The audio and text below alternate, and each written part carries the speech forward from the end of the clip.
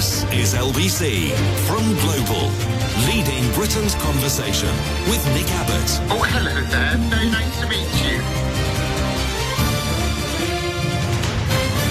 Well, let's get back to it. Storm Abbot has caused another day of mayhem in Britain with a rare red weather alert issued by the Met Office warning of danger to life extended until midnight on Saturday in parts of Scotland land. Warning, warning. Not a warning, an alert. What's that? Why can I hear him? Great start. You should have seen me. I was running around like mad because I could hear the noise coming from the studio next door, coming through somewhere. And there's about 56 different ways in which it can come through, bleed through somewhere or other. Why people can't leave the studio as it is, as they find it, I don't know. But you know me, I don't like to complain. Whinging and whining and moaning. I turned off about 83 different buttons and switches and knobs, and it's still coming through. Never mind. I'm a trained professional, and I will carry on. Yes. That was the wrong one. Never mind. Storm Abbot has wrought chaos across the country, with residents being evacuated from homes and reports of cars and lorries overturning amid dangerous conditions on the roads. And motoring groups have warned that drivers should take extra care to turn up their stereos to rock concert volume and recline the driving seat so they are practically horizontal and they can barely see out. This makes you look cool. Of course, if you were in a hatchback, you will already be doing this. Thank you. A rare red danger to life warning is in place across parts of Scotland. Yellow warnings for wind and rain in place across much of the mainland. In Aberdeenshire, the sea was whipped into a foam which looked like snow, and entire roads had their houses caked in spume. Disgusting. It really did look horrible. Large areas of the UK also seeing flooding, with Environment Agency issuing 44 flood warnings and 143 flood alerts today. I'll sum all of that up for you. Emergency, everybody to get from street. Emergency, everybody to get from street. Except it's not street anymore. They're rivers you have to negotiate. Good to know. Oh, hang on. Wow. Oh, that was a build-up, like Krakatoa didn't release that much. Whoo! I think I ate my apple too quickly. Large areas of the UK are seeing flooding, but as it floods with the slightest drizzle these days, none of this should come as a shock. Good to know that the money that we could have spent to prevent some of the flooding hasn't been wasted on improving the drains. It's gone to bolster the bank accounts of the international investors, private equity funds and banks who own the water companies that the Conservatives sold off for 10 pence.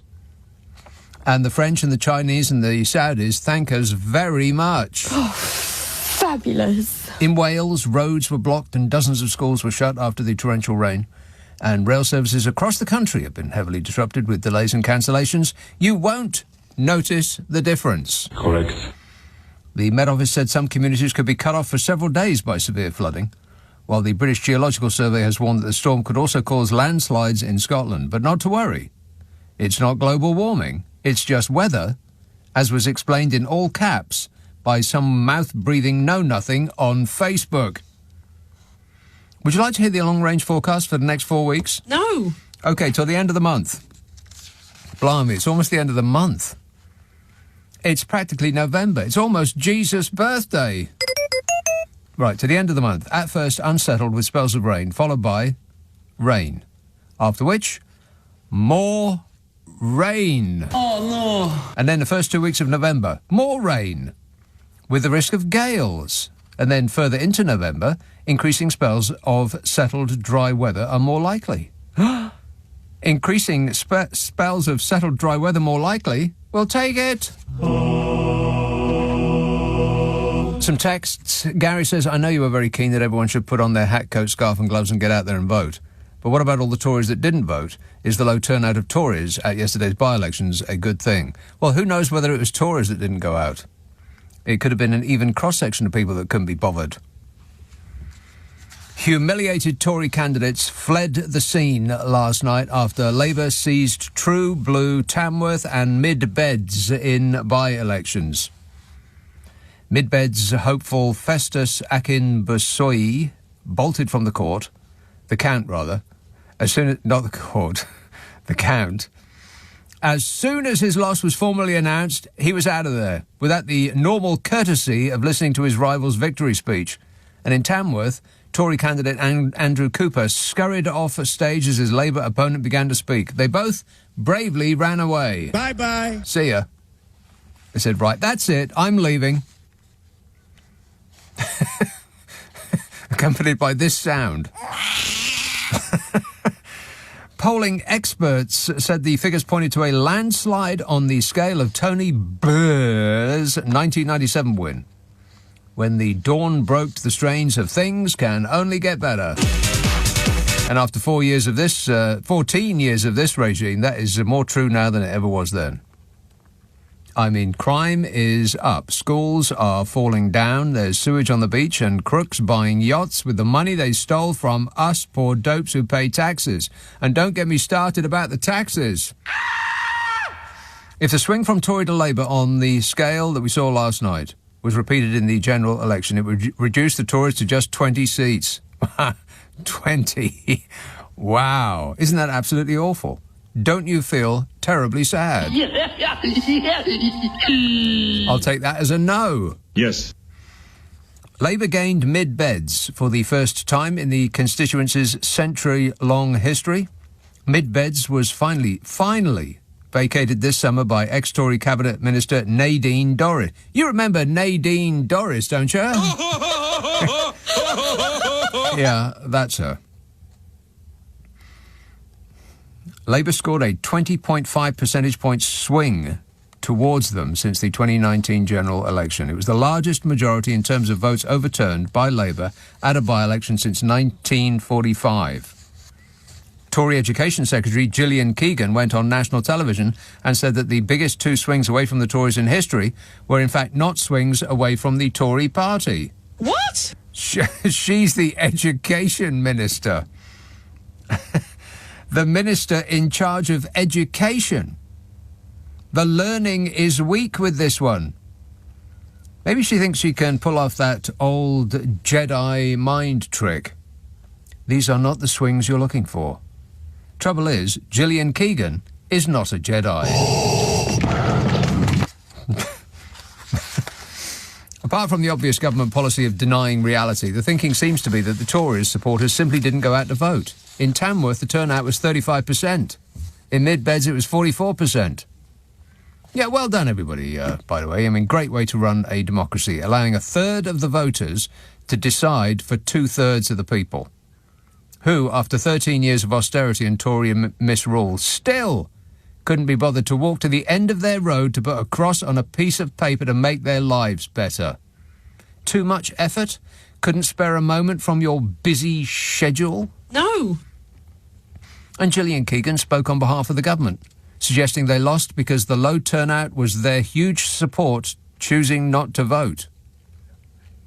But that thinking seems to assume that the people that voted Tory last time will all go out and vote Tory at the general election, because then they'll want to decide who their MP is, as opposed to now, when apparently they can't be bothered, which makes as much sense as anything else I've heard this year. I mean, if you can't be bothered to decide on which person you want as your MP now, why would you do so at a general election? In its 105 years of existence, Labour has never won Mid-Beds. That is Mid-Beds' existence, not Labour. And there were 24,664 votes behind the Tories at the general election, despite the fact it was Nadine bloomin' Dorries that it was the person they voted in. Hey, people of Mid-Bedfordshire, you've spent enough time on the dark side. Welcome to the light. Alistair Strathern took the constituency with a majority of 1,192 votes over his Tory rival. But, you know, as there were 9,000 people who voted Liberal Democrat, it could have gone the other way. If 10% of the Lib Demers put their cross next to the Tory party. And then the celebrations from Downing Street would have been visible from space. But as they lost, no big deal, not very important, only a local result, getting on with delivering the nation's priorities. Under my leadership, the government's priorities are your priorities. I love the way he says the government's priorities, as though he's just emoting that word, the government's priorities. as though it's a good thing. You are very bad at your job, Fisher. You want to give it 110%. I am totally 100% on it. Only giving 100%, not 110, because apparently we're not worth it. I can still hear him next door. Oi, you. Keep that racket down. I could take a break. I'll come back and do more of this. I'll turn the 1,000 different knobs with lights on in here down to make sure that I can hear him less. This is LBC with Nick Abbott. Call 0345 6060 973. Tweet at LBC. Text 84850. Hello? Number please. Trying to connect you. Sorry to keep you waiting. Yes, sorry to keep this caller waiting in Romford. It's called David. David. Hello, sir. Yes, David. Thank you for taking my call. I love the debate, especially when it gets onto the political system where PR is not really the main topic of conversation. Now, we really got a situation at the moment is overwhelming Labour majority. It's just dangerous as an overwhelming Conservative majority. Not sure about that. This is what it is. It is because... Do you remember that? You should have said that right at the beginning. Now everything is clear. It is. Oh, well. It is dangerous. An overwhelming Labour majority is just as bad as an overwhelming Conservative majority. I disagree. I think the majority of your listeners will agree with that. Well, I'm not sure that the majority of my listeners would agree with anything that you've said so far. What makes you so sure that they would? Because I've been through elections. I'm in my 60s. 60 years old? Right, who isn't? Oh, but the point is, you should know that you've seen how the British first pass system works. Yeah. You've seen how it works. It doesn't work for the long term. Well, it depends. It works for the short term. It depends on who's in power. Doesn't make any difference. Oh my God! You're not one. Wait a minute. You are not one of these. I know I'm off mic. I'm just trying to find something. You are not one of these people that says it doesn't make any difference which way you vote. Please tell me you're not one of those. You didn't just say that out loud. You just did not say that out loud. Are you insane? Are you kidding me right now? We need proportional representation. You can't deny that. Well, I can deny it, but I wouldn't. I wouldn't choose to deny it because and it pains me to say this. I agree with you on that one small point, but not anything else that you've said on this call so far. Doesn't make you right. It because does you're make the me one right. who's got the button. It does. It does make me right. Oh, just because you've got the button, that's it might right. make the callers feel that's right. But look, it's my ball, and I'm taking it away with me. But the point is, don't need an overwhelming Labour majority, and the majority of your callers are going to. Oh, please stop saying that you're speaking for the majority of my callers or listeners or the people in this country. You're speaking for yourself. Stand up and be proud of your opinion, David. Don't hive it off onto other people. And I completely disagree. It very much depends on who is in charge. I mean, after 14 years of the Conservative Party being in charge, we've got, the things that we have to show for it are, they include... I have absolutely no idea. I can't think of one single solitary positive thing that they've achieved in 13 odd years. Can you? I mean, I have actually given this out I don't do topics, but I have actually given this out as a topic on a previous weekend, and 500k for chess. What does that mean? They promised to spend some money on chess. They promised to spend some money on chess. Yeah, about 500 grand. Right, is that reasonable sized house? In the form of a bet on black or white winning? Yeah, I've got no idea. But no, that is not a positive. I can't think of a single positive thing that they've managed to achieve in 13 years. They couldn't even build a railway, for crying out loud.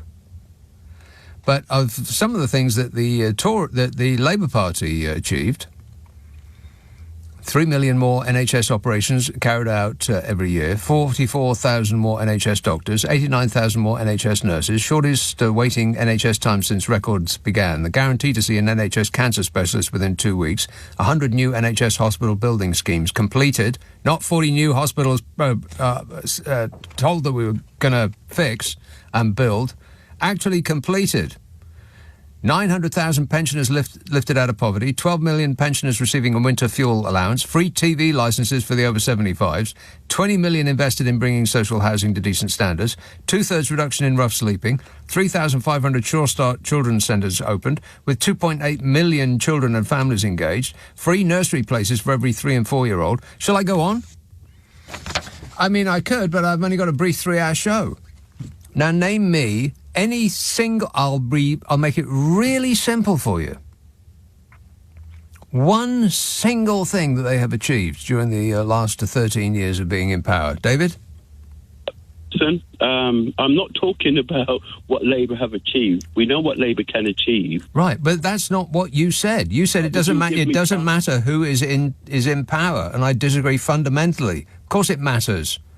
I mean, you go down that route, and you've got the 2/3 of the people that couldn't be bothered to go out of the by-election this week. 2/3 of the people that could have expressed a preference decided not to bother. And it's just too dispiriting when people come on and say that it doesn't matter who's in charge, they're all the blooming same. I just can't hear it. I just won't hear it. But anyway, thanks for the effort, David. Appreciate it. It's too annoying. Adam texts, I've discovered why Fishy takes that small private jet everywhere. It's so it looks proportionally like a regular-sized plane when he steps out of it.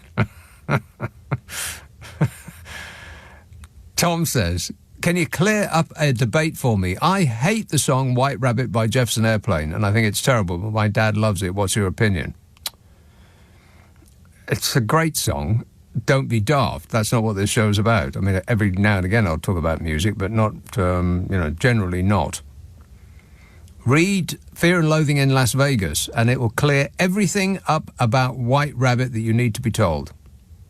Ollie says, plucky Brits will never forget that Sir Richie single-handedly stopped the very real meat tax. The nation will be forever grateful. Vote Conservative. All in capital letters with about 63 exclamation marks. Let's have Chingford. John.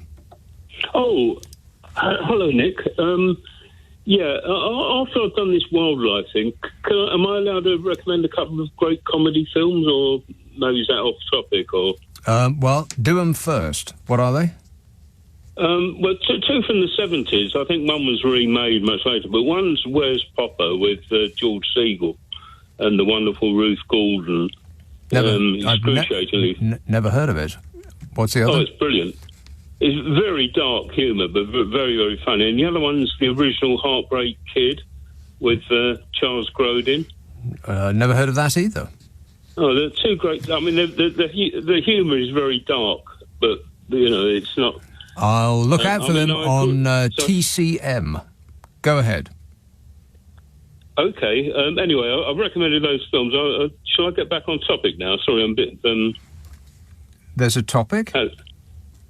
Well, yeah, I was going to talk about us being invaded by, first bed bugs, but now we're being invaded by Chinese mitten crabs. Your glamorous assistant knows what they're all about. I wouldn't recommend you Googling them because they're rather horrible looking. But apparently they're very good eating, but they love our waterways, and I'm wondering what they must be eating. Well, from the way you're describing them, it sounds like they come over here and take over our precious... I don't know, got no idea. But they're an invading species, right? Invasive. Oh, very much so, yeah. They've got sort of furry arms and hairy legs. So I wouldn't want one of those served up in a restaurant. But only Google them, only for the non-faint-hearted, really. Right. Crabs. Chinese mitten crabs, and they're called mitten crabs because they've got furry legs. You know where the claw is? They've got this, it's like a fur muffler on each, that precedes the claw. Very, very weird. Okay, well, thanks for the warning. I'll not that I'm ever likely to go into a body of water that's not surrounded by tiles. Not in this country, anyway. Disgusting. I'll keep my eyes peeled. Thanks a lot, John. 0345 6060 973. What were those films again? Ollie says, oh no, I'd read that.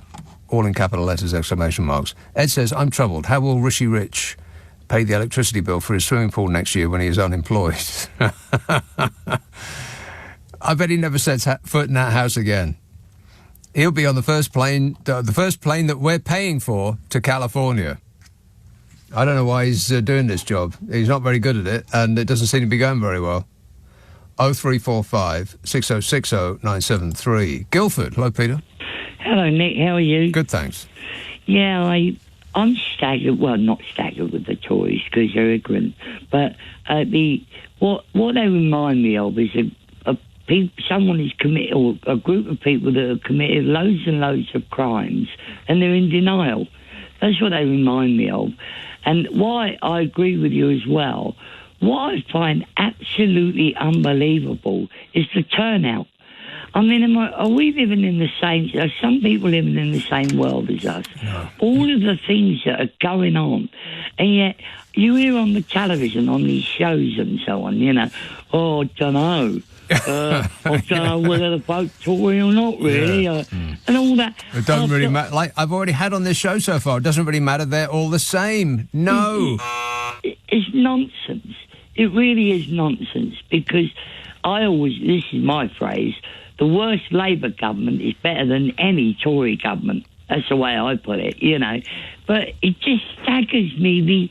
I don't know, to me, it makes me angry what I see. And to many other people. I know. And yet you get these people, it's like, see that Arsenal won the other day, that kind of thing. Well, I do appreciate the purity of sport to take you out of all the misery that surrounds us, but that should be not your primary concern. I mean, it's stark, staringly obvious that people want them out. And what I find the biggest crime of all is that an unelected Prime Minister can hold this country to ransom, make people suffer for, another year? Somebody was even talking about January 2025. I mean, my God, how much more we got to put up with? Yeah, no, I feel your pain, Peter. I'd be actually quite surprised if we ever were allowed to have an election again. I keep saying this. But, does anybody want to lay any money that won't be cancelled for our safety? Yeah, because of the Israeli conflict, we can't do it because of security reasons. Never mind about that. Greta Thunberg, but just had another thought, so we're going to have a major lockdown. Yeah. Can't have that. No. Yeah, we can't have free speech, but it does amaze me. I think, does anyone... I mean, your audience are well informed, and other people's... But it does... When they do was it called Vox Pop in the street? They haven't got a clue. Never ask the people what they think, because the danger is that they'll tell you. What was it Winston Churchill said once? Where's my champagne? I'll pay you later. He said he's sarcastic. He said a good argument for democracy is to spend 10 minutes with the average... a good argument for a dictatorship is to spend 10 minutes with the average voter. Yes. Exactly. They knew nothing. Precisely right, yeah. All right, thanks a lot, Peter. Thanks, Nick. Ta-da, 0345 6060 973. Yes, I cannot believe the low turnout. I mean, hello? Wake up, sheeple. It's later than you think. This is LBC with Nick Abbott. Call 0345 6060 973. Text 84850. Alexa, send a comment to LBC. Hot air. H-O-T-A-I-R. Alex texts, I cannot believe that Titchy Tight Trousers made it his party to fly to the Middle East. What's he doing there? The man is so small you could fit him inside the overhead luggage compartment. Well, that's not fair. But it is true.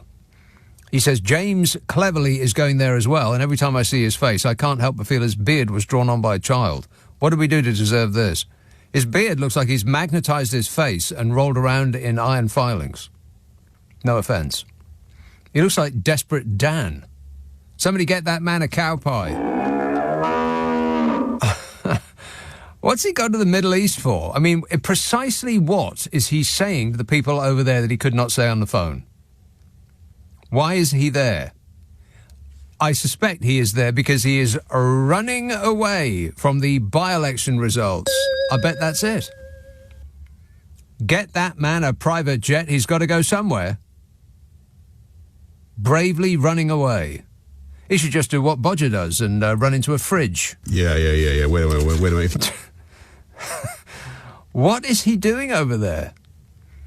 Who is going to be listening to a single blind thing that man says? Especially when you got Joe Biden from Merca over there and Ursula von der Leyen representing the European Union. And Mr. Number One Party is over there sticking his oar in as well. Like anybody would be remotely interested. 0345 6060 973. Playing the Statesman. How's that going, by the way? Oh, fabulous. Let's have Holland Park. Nick. Hello, Nick. Nick. Is the question still, what have the Conservatives done for us in the last 13 years, or are you bored with that now? Yeah, I did that as a throw out a couple of weeks ago, and in 3 hours I got not one single solitary thing, so I think I'm bored with that. I think I've got the answer there, if you can bear You do? Let's hear it. Go ahead. They got Brexit done. They didn't. Brexit is still being done as we speak. Well, ongoing process, I grant you, but they did so get not that done. actually done then. Well, I mean, we left the European. Okay, look, let's not bicker about that. It's just you asked for one thing, and that is one thing. Come on. No, I said positive. I said positive thing. Has anything positive happened? Has anything positive come of Brexit? Well, it doesn't matter. It makes me feel good every time I wake up and think about it, which is not every day, but when... Nick, I can't listen to another single solitary syllable. It makes you feel good every day when you wake up. Really? What is it about Brexit that makes you feel so good, Nick? Apart from alleviating a feeling of inadequacy. Yeah, now we are bestriding the world again. The map's coloured pink. It makes you feel good. Well, there you go. We found one. The Conservative Party makes him feel good. There you go. It's as good as any. Well done, Nick. Congratulations. Meanwhile, in Brexit-backing Tamworth, victory for Labour saw the party overturn the Tories' 19,600 vote majority from the 2019 general election. In Brexit-backing Tamworth. How's Brexit going for you, Tamworth people? Oh, fabulous. That's what I thought. Are you feeling the benefits yet? No. How about when you wake up in the morning? Oh, it makes me feel good all over. I feel all gooey.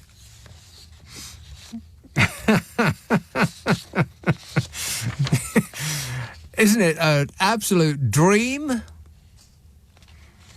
The swing from the Tories to Labour in the Staffordshire constituency of Tamworth was 23.9 percentage points, which is the second largest managed by Labour at a by-election since 1945.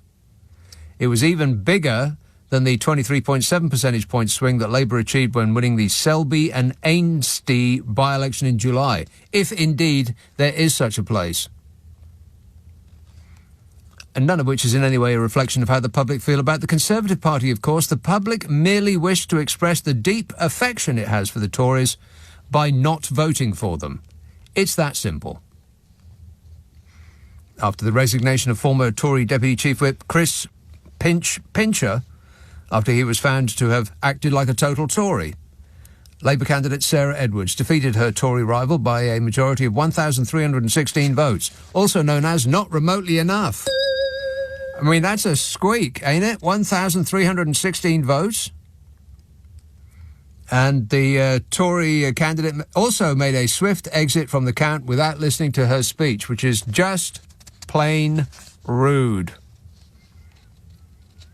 Mr Sunak this week declined to condemn an apparent suggestion by Mr Cooper, the candidate concerned, that out-of-work parents who cannot afford to feed their children should bleep off. Disgusting. That's what he said.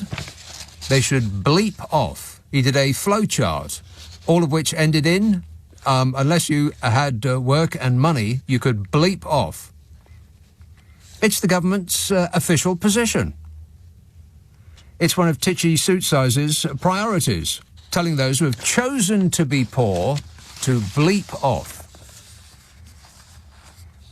But before Labour gets carried away, they should remember that they won by fewer votes than were gained by Reform UK. If you added the votes received by Britain First, UKIP and the monster-raving Looney Party, that would add up to about the same number of people that were the Labour Party's majority. 155 people voted for the monster-raving Looney Party. What? Yeah. Wake up, people. It is later than you think. What are you doing? This is too important for stupidity. For what is, I assume, the bragging rights to go on Twitter and boast that you just voted for the loony. And on a side note, are you even allowed to say loony anymore? No. I wouldn't think so. And following the double by-election victory, Sir Keir said, "These are phenomenal results that show Labour is back in the service of working people and redrawing the political map." Whatever that means. He says, "Winning in these Tory strongholds shows that people overwhelmingly want change and they're ready to put their faith in our changed Labour Party to deliver it." Not sure about that. But I think it's more like they just can't stand it anymore. He said voters across Mid-Bedfordshire, Tamworth and Britain want a Labour government determined to deliver for working people with a proper plan to rebuild our country. We have to take our country back. He said, "To those who have given us their trust and those considering doing so, Labour will spend every day acting in your interests and focused on your, here comes, priority." What? He said it. "We will be focused on your priorities." Maybe he can say the word priorities without sounding, like a cartoon character. He said, "Labour will give Britain its future back." I still can't take that seriously. I mean, what on earth does that mean? It sounds like a line that they dropped from Marty McFly's dialogue. Labour will give Britain its future back. What does that mean? But, think about who the real victim here is. Poor Titchy. Fishy Sunak will be left reeling after he attempted to revive Tory fortunes with a recent policy blitz, says the Mail. The PM made announcements on net zero, the HS2 rail line, A-levels shake-up and a New Zealand-style smoking ban. He's come out as woke-phobic. He's tried being unpleasant to foreigners. He's tried blaming the poor for their bad luck. He's had his Home Secretary stamp on a guide dog for the blind. But nothing seems to be working. The Tories have tried to be as unpleasant and uncaring and crooked and incompetent as they possibly can be. And it doesn't seem to be popular with the public. The strategists in Number 10 must be totally bemused, pulling their hair out, I bet. And the results are double delicious for Labour because Tamworth isn't even among the party's target seats for the general election. They'd given up on it as being too Tory to bother with. And the excuses given by the regime for its towering unpopularity are comedy gold. I mean, we heard Gillian Keegan, who is the actual education minister, if you can believe that. I think it's the 31st education minister we've had in the past 2 weeks. She said that the biggest swings to Labour since numbers were invented were, in fact, not swings to the Labour Party. You get an F, Gillian Keegan. See me after class. And Tory Minister Andrew Bowie said... Rock and roll! Not that Bowie. He says, what's quite clear and what's been demonstrated is that while people support the priorities of the government, people are reserving judgment about who they're going to vote for in the general election. Yeah, That's right. 2 massive losses are clear evidence that the public support the priorities of the government. I'll sum that argument up for you.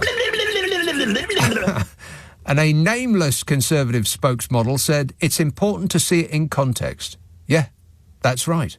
The context is that the Tories can't build a railway line, they can't keep schools from falling down, they can't run a health system that sick people can rely on, they can't spend the vast sums of tax they get from us. The little people. Not leprechauns. They can't spend it without accidentally gifting huge amounts of it to the people that donate to their party. And they can't stop partying even when the rest of us are locked in under threat of prison. Eh, Bodge? I can't comment on that. What a way to run a country, eh? Dreadful. Nick Abbott on LBC. Call 0345 6060 973. I am not one of your fans! 0345 6060 973. Ahmed texts, Cruella tweeted the other day that she wants more police on our streets and also wants all crime to be investigated. Yes, no, she doesn't. No, there's a particular type of crime that she is not remotely interested in having investigated. It's got to do a lot to do with money, honey. Anyway, maybe that's where Ahmed is going with this. Let's read on and find out. He says, I wonder if the police could start by looking into the millions of pounds given to MPs' friends for worthless PPE. We are as with one mind. He says, or does Cruella want police to pursue old ladies who can't afford a TV licence or chase an overpaid benefit claimant who can't afford to pay it back? Yes. Yes. Yes. That is exactly who she wants to feel the full force of the law. Otherwise, she's going to come over and stamp on your dog. 0345 6060 973. Let's have a call in South Wales. Michael. Yes, you've stolen some of my thunder, but I think MPs should have to sign something like the Hippocratic Oath, because they're supposed to be honourable gentlemen. But the one thing they have done that's good, they've shown us all their true colours. Particularly the Conservatives, giving jobs to their friends, lying, closing ranks. Well, if that's not showing people their true colours, what is? Right. OK. Thanks a lot, Michael. Politicians should be honest and work on behalf of the electorate. I mean, you'd think that they wouldn't have to actually sign a letter to that effect. You think it would be considered part of the job, but apparently not. Well spotted there, Michael. Thanks for that. 0345 6060 973. Spence says, Nick, I listened to Pink Boats and Wales, which is this week's instalment of the Nick Abbott Habit. You told the make soap from babies lady that... That's right. If you haven't heard the best of podcast from last week, there's some funny stuff on there. I won't spoil it for you, but there is a soap issue. Disgusting. Yeah. There's a soap issue, like a recipe for soap. I may have spoilt it a little bit just now, but pretend that you didn't hear that. If you have a half an hour and you wish to be amused, then the podcast comes out on Mondays. It's called the Nick Abbott Habit. It's like a best of. It's clips of old shows. I'm thinking of, for the one this Monday, of putting in a clip from last week. A nice man called me and upbraided me for my opinions on rugby. So that might go into this one. But usually it's from, clips from a year or so ago, a year or more ago. I'm coming up to the point where COVID starts. Oh, no. And I think there was about a year there where there wasn't much to be amused about. So I think there might be slim pickings. But from the period that I'm taking the clips from now, it's pre-COVID. If only we knew what was just around the corner. Yeah, but we didn't, though, fortunately. So it's called the Nick Abbott Habit, and it is on Global Player. If you haven't got Global Player, then you can get it from your favourite app store or globalplayer.com. Ask for it by name on the internet near you, the Nick Abbott Habit. Anyway, Spence says, I heard that call... And I said that my favourite joke was, what's the difference between unlawful and illegal? But you skipped the punchline Go on, put me out of my mystery, says Spence. What's the difference between unlawful and illegal? I must have said this on this show a dozen times or more. What is the difference between unlawful and illegal? 0345 6060 973. Merthyr Tydfil. Hello, Jeff. Hey, hi, Nick. How you doing? Good, thanks.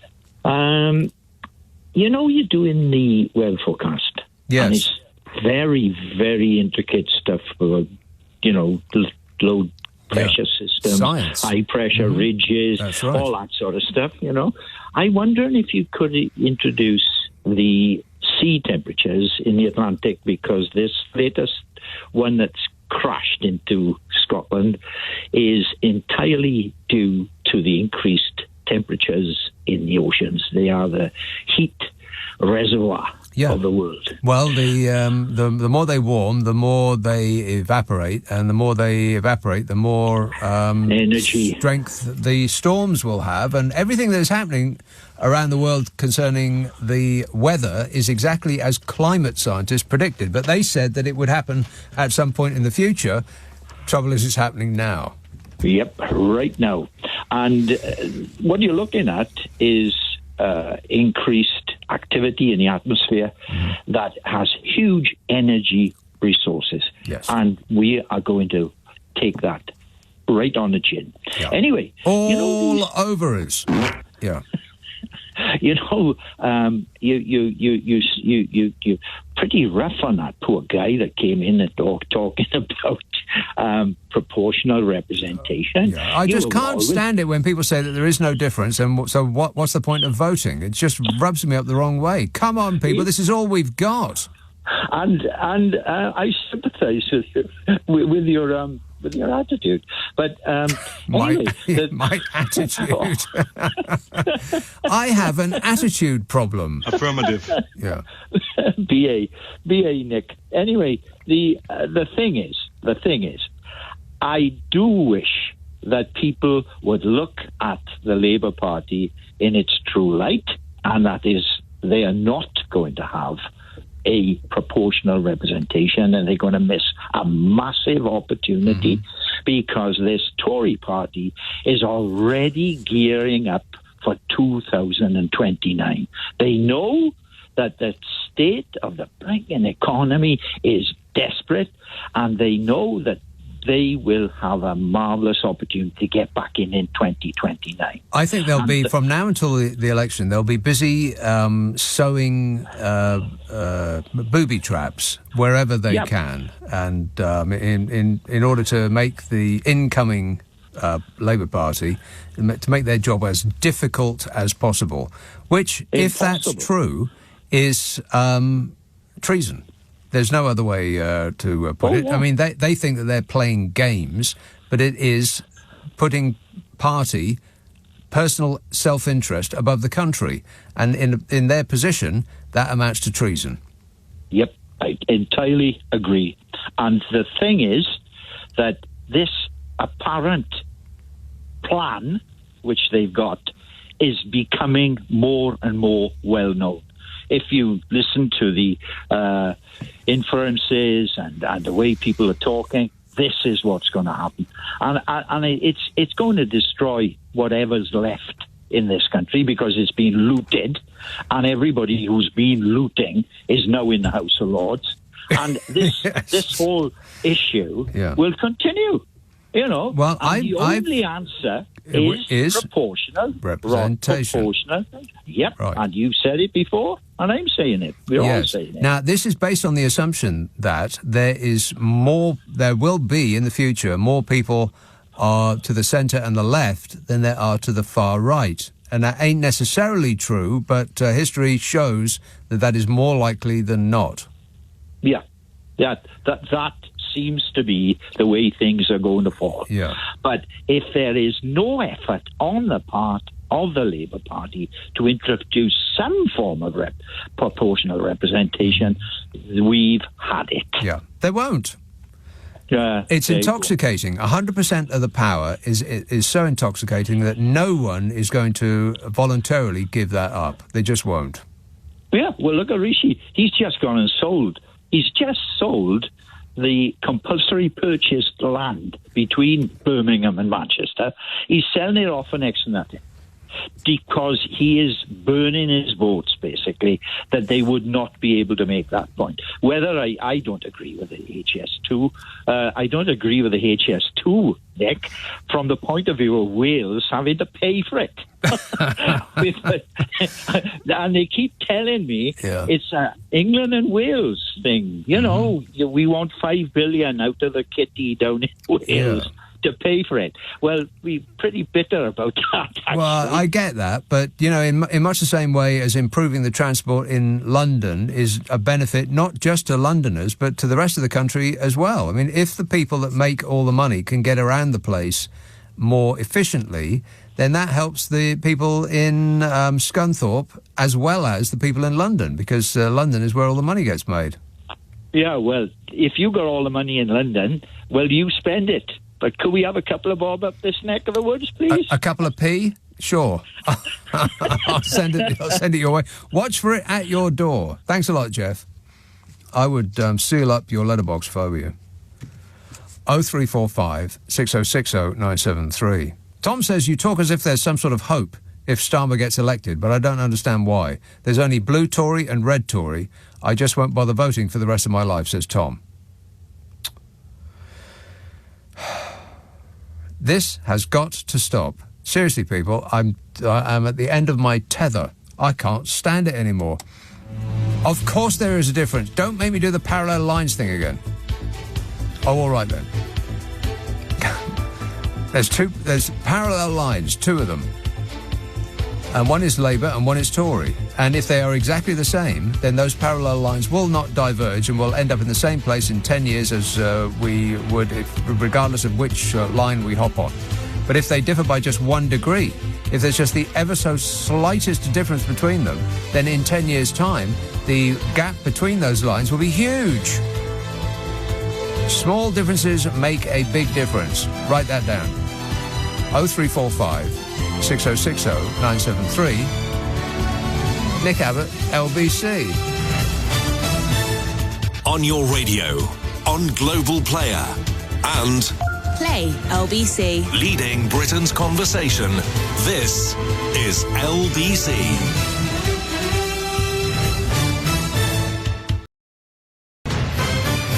This is LBC from Global, leading Britain's conversation with Nick Abbott. I'm gripping it.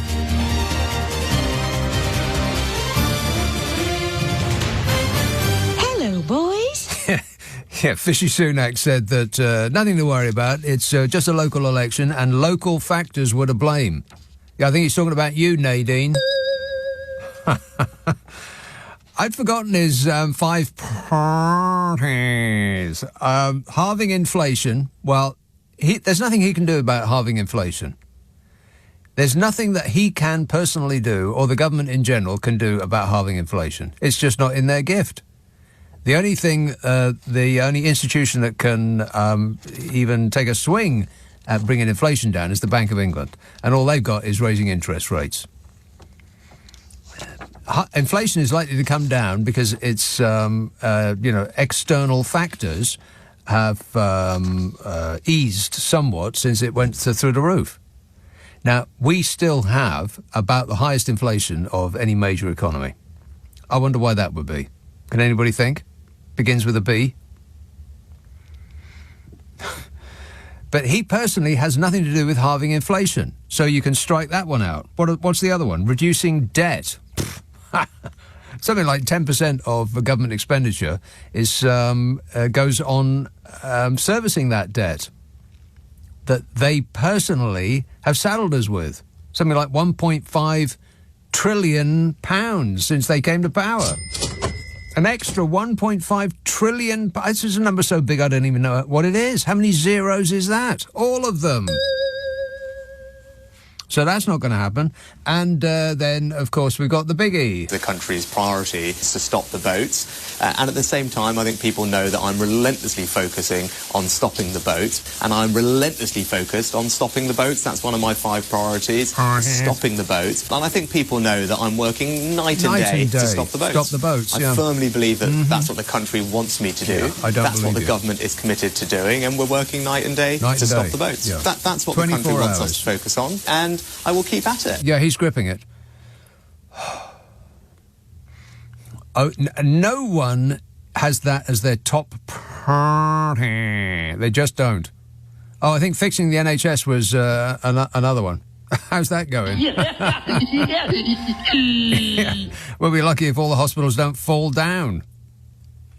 By the way, he was personally responsible for not fixing hospitals when they found that they had that crumbly concrete. Personally responsible for saying no. And furthermore... No. Yeah, people came to him and they said, hospitals are in danger of falling down. And he said, that's okay by me. I don't use those hospitals. Or words to that effect. They told him that there was danger of life being lost. And his answer was, no, there is no money. 0345. Don't get to fooled by those limpid brown eyes. Lipid, not limpid. Lipid. Don't stare into those brown eyes and get lost.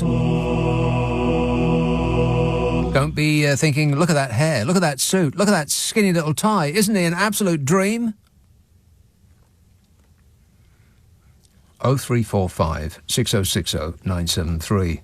Let's have, who's been waiting the longest? Let me be totally fair about this. Norwich, Les.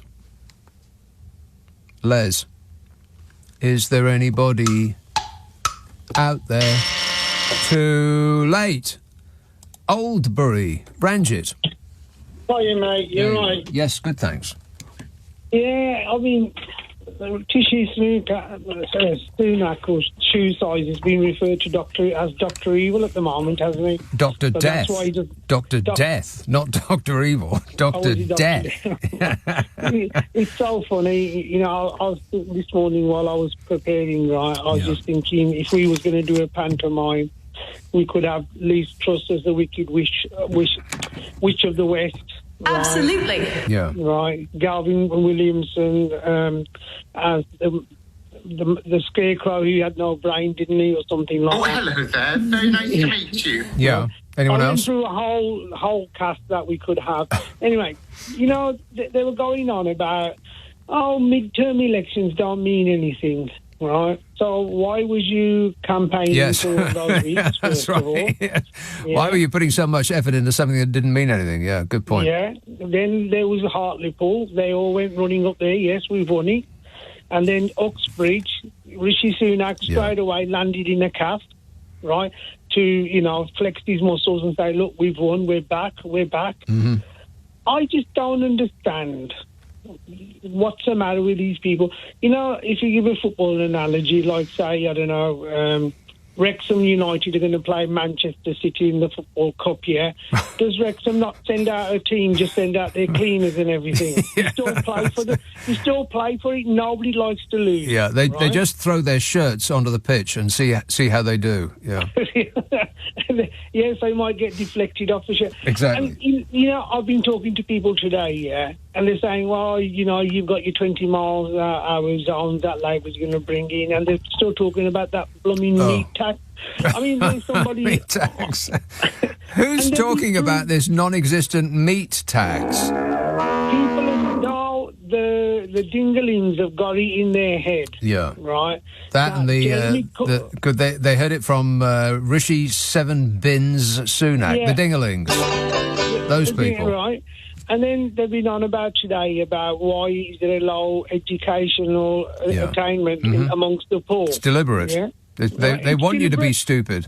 They want you to be stupid so the people in power can keep the status quo going. Why don't you've tried to explain it to people, and I think you're a very brave man because you keep Don't say brave. Brave? Oh no! At no time was I intending on being brave. No, people like-minded people like you and I and other people, right, is telling people, listen, you are being manipulated, Yes. right? And not in a good way. Not in a good way, yeah. So they're saying, the people didn't come out. They did come out to vote. What does 44,000 votes swing mean? Don't people understand that, right? And then they're trying to cover it up, the Tories. It's like I don't know who said, if you go strawberry picking and all your shirts covered in strawberry juice and says, have you been eating any strawberries? No, sir, I haven't. Right? That's what Boris Johnson, Donald Trump, right, have installed in our heads, is to believe lies. I know Tamworth very well because I worked in Tamworth for about 12 years, yeah? And the thing is, it was a very nice, affluent town that just got ruined over the years, and no one ever did nothing about it because there was division and that kind of stuff there. I mean, they built a shopping centre just outside of town, right, and there's a bridge called Lady Bridge, and they wanted market stalls connecting that out-of-town shopping centre into the town centre. And we used to be market traders. It says, Mark, what happens when the wind blows? We'll be going across the river. We'll end up in the North Sea or somewhere. And they went, no, just think about the better things. I thought, you are ridiculous. These Tories are ridiculous, and the lies that they peddle.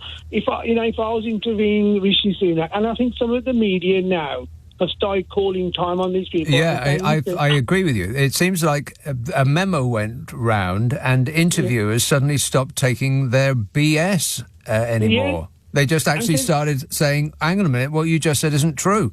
And that comes as such a revelation to whichever Tory minister is sitting there taking this, that they just can't quite compute. And so they end up just repeating the thing that they just said that made the interviewer say, no, hang on a minute, that's not true. They just go into robot mode. Correct. Yeah. And the other thing is, Nick, normally you have a by-election, right, when somebody passes away. Right? Okay? And even if they're going to retire, they announce it that at the end of the next Parliament, I shan't be standing again, right? All these by-elections have been via scandal, haven't they? Yeah. All of them. Well, right? the Nadine Dorris, she didn't pass away, she passed out, so... Yeah, but she no, the thing is, right, all just of these... a joke, Nadine, just kidding. There's going to be another one coming up, right, where the select committee have found him guilty or whatever and given him a 6-week suspension. Yeah. And then these guys carry the pain for the constituents out right till the end. Like what your early caller says, Sunak might now call an election in January 2025. Yeah, I'll restate my case. I'd be surprised if we ever were allowed to have a general election again, that the next one is not cancelled for our safety. I agree with you, but the thing is, he's laying more and more booby traps now, right, for the next coming in parties. But the jinglings like me, right, we're the ones that are suffering. Why don't we people do anything? If those people wanted their Tory MP in yesterday, they would have got him in. Yes. Right? If they were so enamoured of what the Conservative Party are doing to this country, they would not have sat on their hands and allowed their favourite candidate to lose. This was not a reflection of how well the country loves the priorities as explained by the government. Mid-Bedfordshire, history has been made 90 years or 90-odd years, something right? like that, yeah. And then the thing is that Nadine Dorries, right, was a perfect embodiment of what the Tories are. Yes. They know they can give you BS and get away with it and be arrogant about it. Mm-hmm. And now that's what people have got fed up of. Right. Okay. That's it. Very well explained there, Ranjit. Thanks for that. Cheers, mate. 0345 6060 973. What's this? Copy from the Times. Officials have warned cabinet ministers that holding a general election while the US also went to the polls would come with huge security risks. Oh my God, it's actually happening. Don't call a UK general election in November 2024.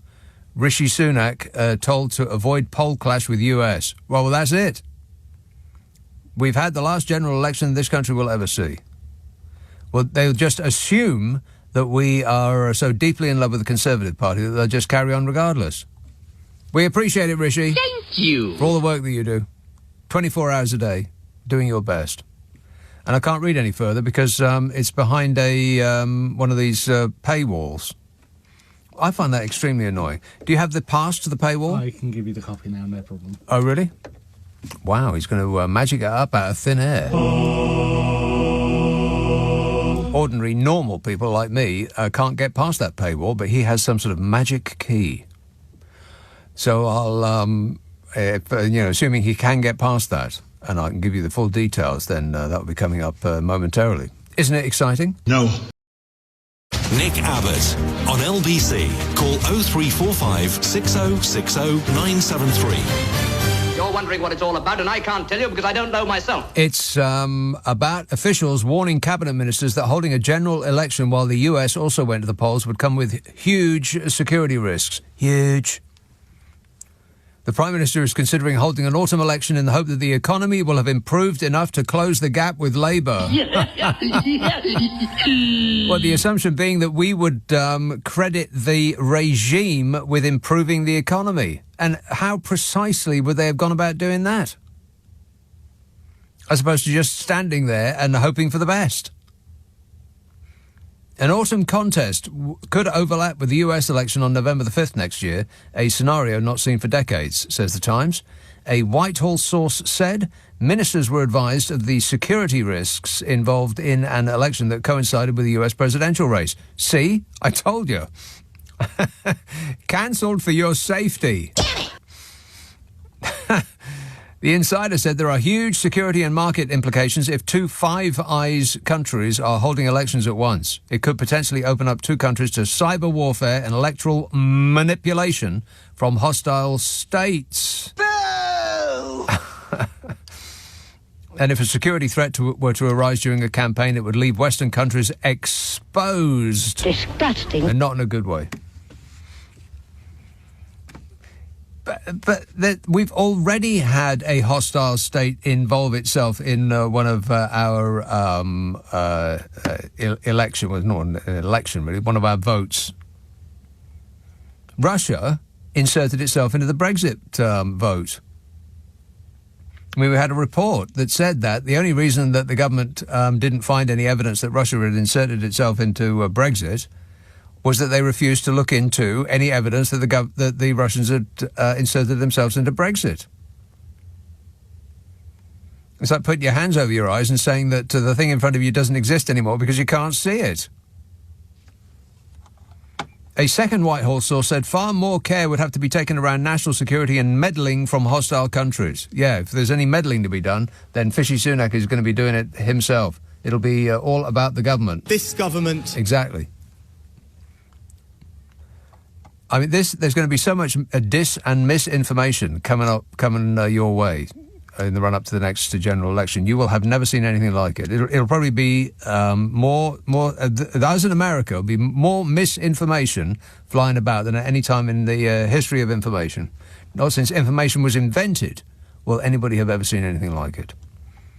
And the difference between the Brexit vote, when millions, billions of adverts directly targeted at your personal proclivities that were flying around social media, because the internet knows more about you than you know about you. The internet has detailed files. Everything that you've ever looked for, searched for, looked at, gazed upon, all on your permanent record. Oh, no. And, but that was like the foothills of the AI revolution, where around about Brexit. It's gone on in leaps and bounds since then. And just wait. Just you wait. So, officials are understood to be concerned about a scenario in which an incoming Labour government with inexperienced ministers has to deal with a global crisis while a new US administration has not completed its civil service and diplomatic appointments. I'll read that bit again. Officials are understood to be concerned about a scenario in which incoming Labour government with inexperienced ministers has to deal with a global crisis. I hate to say I told you so, but I told you so, I told you so, I told you so. For our safety, we must continue with the regime because, an incoming Labour government will have inexperienced ministers and they won't be able to deal with a global crisis. And there'll always be a global crisis. Or 3, all running at the same time. So for your safety, the next general election has been cancelled because we wouldn't want any inexperienced Labour ministers screwing things up. We'd much rather have inexperienced Conservative ministers screwing things up. At least they would have their best interests at heart, and that's the most important thing. I can't believe it. I finally got something right. 0345 6060 973. Now, who's been waiting the longest now? One moment, please. Glasgow, Eric. Hello. Yes, sir. Okie dokie. Okie dokie. Okie dokie. Carry on. I think Keir Starmer's got a great idea, Nick. Go on. Well, infrastructure, we need more towns, we need more houses for the people that's coming in, and there's going to be a lot more people now coming into the country. More people? Well, obviously, there's going to be a lot more immigrants coming in now. Why? We've got all these wars kicking off. There's going to be a lot more people wanting to come into Great Britain, the United Kingdom. Well, so we need to build more towns. When global warming really gets going, then just you wait. It won't be millions, it'll be billions of people on the move. Good idea, though, yeah. So he's got a good idea. He's understanding. I'm being a realist here. So I think he's actually, being real and saying, well, we're going to have to build more houses for people because we're running out of houses. Well, we've been running out of houses for decades. Other countries, like Germany, has built something of the order of 250,000 houses every year. And we, some years, have managed zero, none at all, like social housing, zero. Not one single solitary flatlet. One before we go. What do you think of skyscrapers? Do you think we should build them again, like to save space? we're talking about high-rise flats. Do you think we should build them? What's the question? I'm saying, do you think Glasgow's been knocking them down, the high-rise flat skyscrapers? Has it? Do you think we should go back to... Yeah, it has, actually. Do you think we should go back to building them to save more ground space? What kind of flats are they knocking down? Not new ones, like old tenement flats? No, the old ones. Yeah, but I think they were well built, actually. They knocked them down. The tenements were relatively well built. Not tenements. Right. Not tenements. There's plenty of Victorian old tenement buildings, loads of Victorian tenement buildings that are very well structured and very well built. Yes. And are more than suitable for anybody to live in. Right. But what I'm talking about is skyscrapers, high-rise flats you see like in Dubai. Right, the sort of 1960s council flats, those things. Yeah, they have to go. Well, but do you think we should build skyscrapers now in the United Kingdom? Build more high-rise. I think we have to do both. I think we have to build houses for people that want them, and as soon as people get kids, they then want a house with a little yard out the back in order for their little kiddie to play. Yeah, but a lot of people just want flats, so we need a combination of both. But we need to build better in this country. We need to get the building companies, the developers, to actually put some effort into the design of their buildings, because at the moment that is the absolute last thing on their list. They just can't be bothered, which is why everywhere you go you see the exact same buildings. It's like they all come as a kit, and they're terrible. Tiny, pokey little rooms with no cupboards, and they're all the bloomin' same, aren't they, Eric? Suppose the wimpy houses. Well, they're all the developers are guilty of this. You see them everywhere. Little cookie-cutter houses, all the blooming same. Horrible, tiny little houses with pokey little windows. And the reason that windows in houses are so small is because bricks are cheaper than glass. That's actually true. That's the reason why your windows in houses are so small. It's because bricks are cheaper than glass. Great. And we have some of the worst housing in all of Europe. Some of the smallest, the meanest, the most unpleasant, drafty, cold houses in the whole of Europe. So that definitely needs to get fixed. And people planners need to insist on decent architecture. It shouldn't be so blooming hard to design something that actually is not offensive to the eye, for crying out loud. But I'm not one to complain. Whinging and whining and moaning. Dave texts, I know you're busy and this is a big ask, but I'm trying to find an alternative to the M&M store. If you could let me know either way, I'd be grateful. Yes, an alternative to the M&M store, Dave, is not going to the M&M store. I am still in, not shock exactly, that is too strong an emotion, but I am still mildly stunned that there is an M&M store on the corner of this square that I'm sitting in right now, Leicester Square, and it's absolutely colossal. I think it's on 3 or maybe 4 floors for M&Ms. How can they possibly sell that many little chocolate-covered or candy-covered chocolate lozenges to pay the rent above anything else? I just don't understand it. And it's not the only one. I mean, they're blooming everywhere now, all these giant sweet stores. 4 floors comes the message from next door. 4 floors. 4 floors of M&Ms. I don't understand. I just don't. And you see people, I mean, it's not like they're not popular. You see people walking around with M&M bags all over London. It's like a tourist destination now. You know, where are you going to go? I'm going to go to the British Museum, and I'm going to go to the Victoria and Albert Museum and the M&M store. Because, you know, that makes sense. And don't get me started on those American sweet shops up and down Oxford Street. And here, there and everywhere, baby. As soon as the shop shuts, it opens within about 10 seconds, selling American mystery sweets. Mystery sweets. 0345 6060 973. Carol and I were talking about this on the podcast that's going to be coming out on Monday. Yeah. I do a podcast with Carol McGiffin, and it's called What's Your Problem with Nick and Carol? Now, the idea is we try to solve people's problems. We do laugh a lot. It's probably the hour in the week that I laugh the most. We do set each other off. But if you want us to have a bash at your issue, we do try. We are trying. It's Nick and Carol at global.com. NICKANDCAROL at global.com. But you must prepare for total satisfaction. Oh, right, yeah. Ask for it by name on an internet near you. What's your problem with Nick and Carol? This is LBC with Nick Abbott. Shut up. I can't. 0345 6060 973. John says, I know you'll be pleased to hear Oasis are yet again rumoured to be reforming for Glastonbury next year. Oh, no. Oh, really? Can't wait for that signature monotonous sound, says John. No need to worry if you miss a song or two, because the next half dozen will sound exactly the same. I couldn't agree more.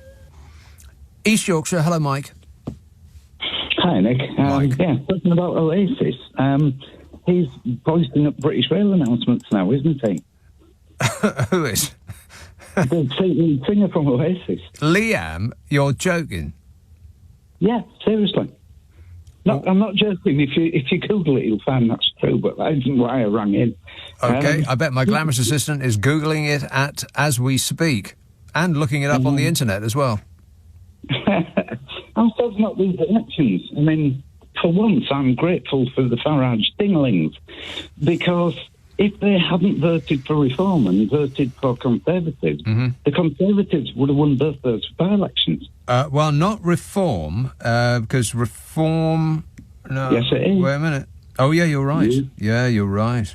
Yes. They'd done that trick that the left normally pull off by splitting the vote and allowing the opposition to walk all over them.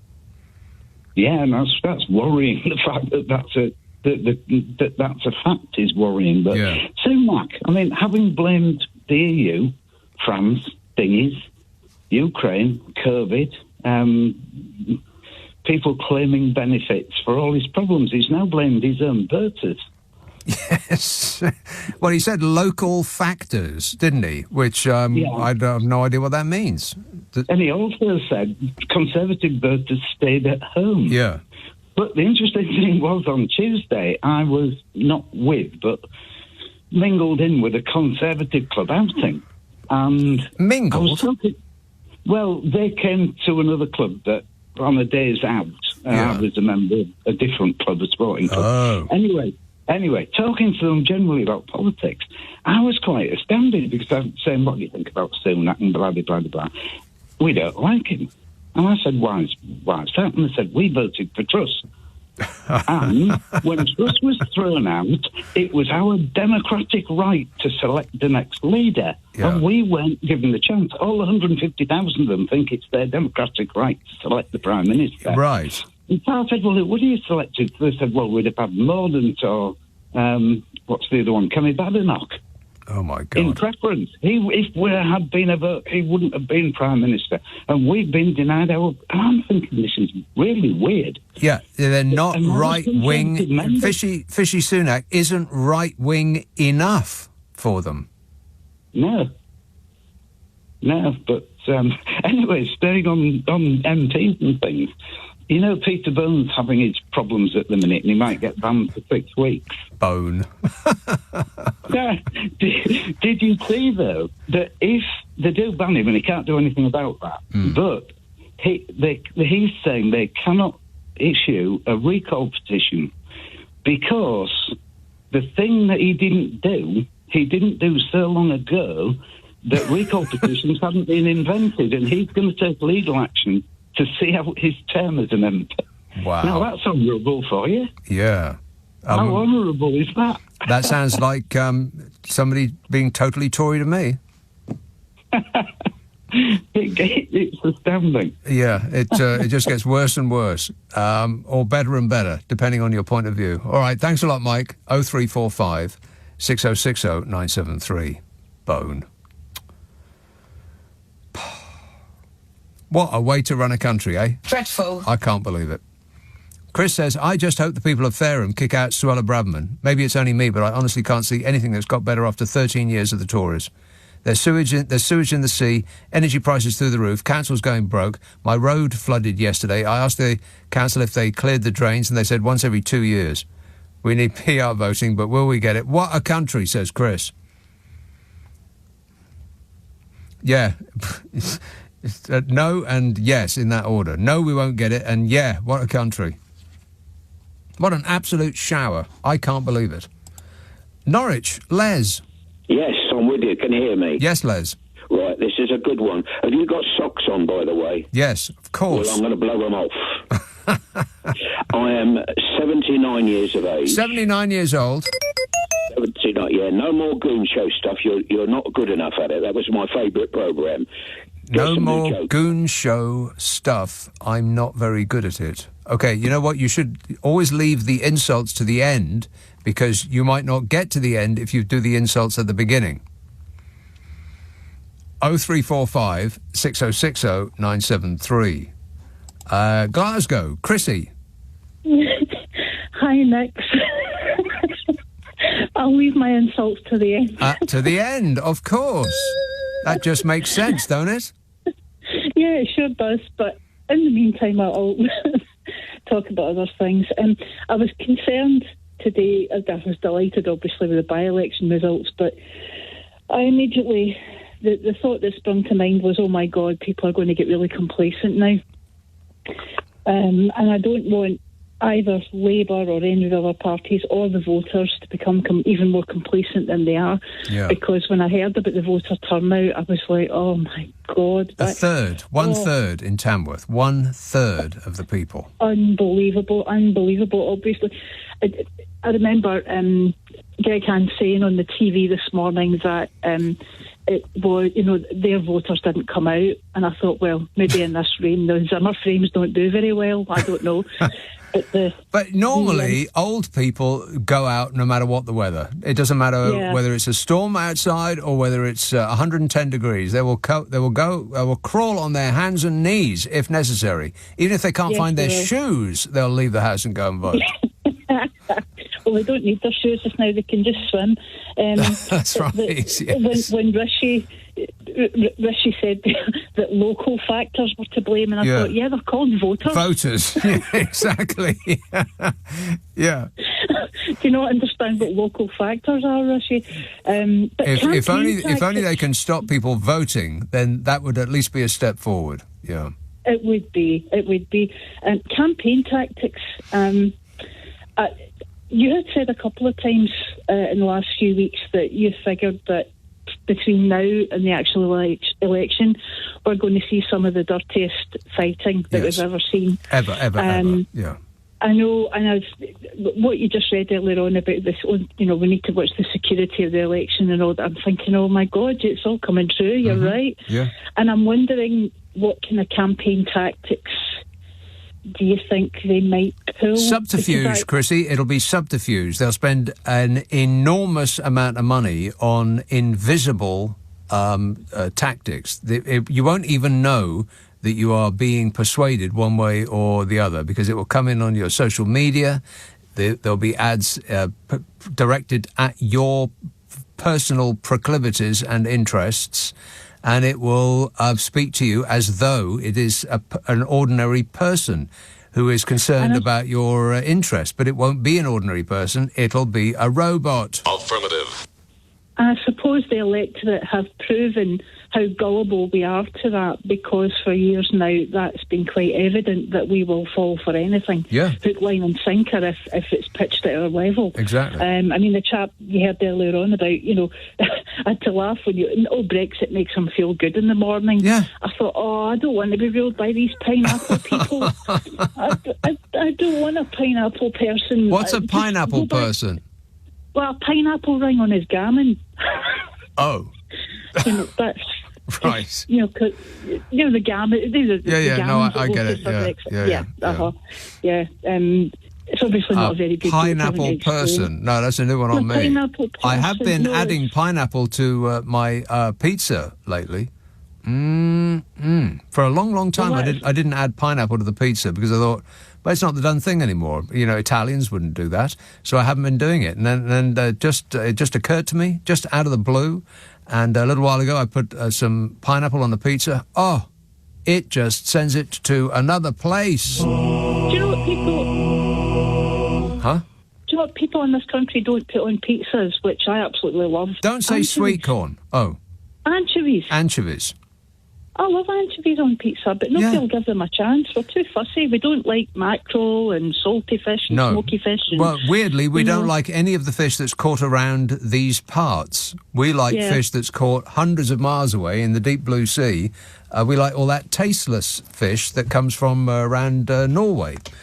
We don't like the stuff that grows around here, mackerel and stuff like that. Yeah, it's all the good stuff that's for you.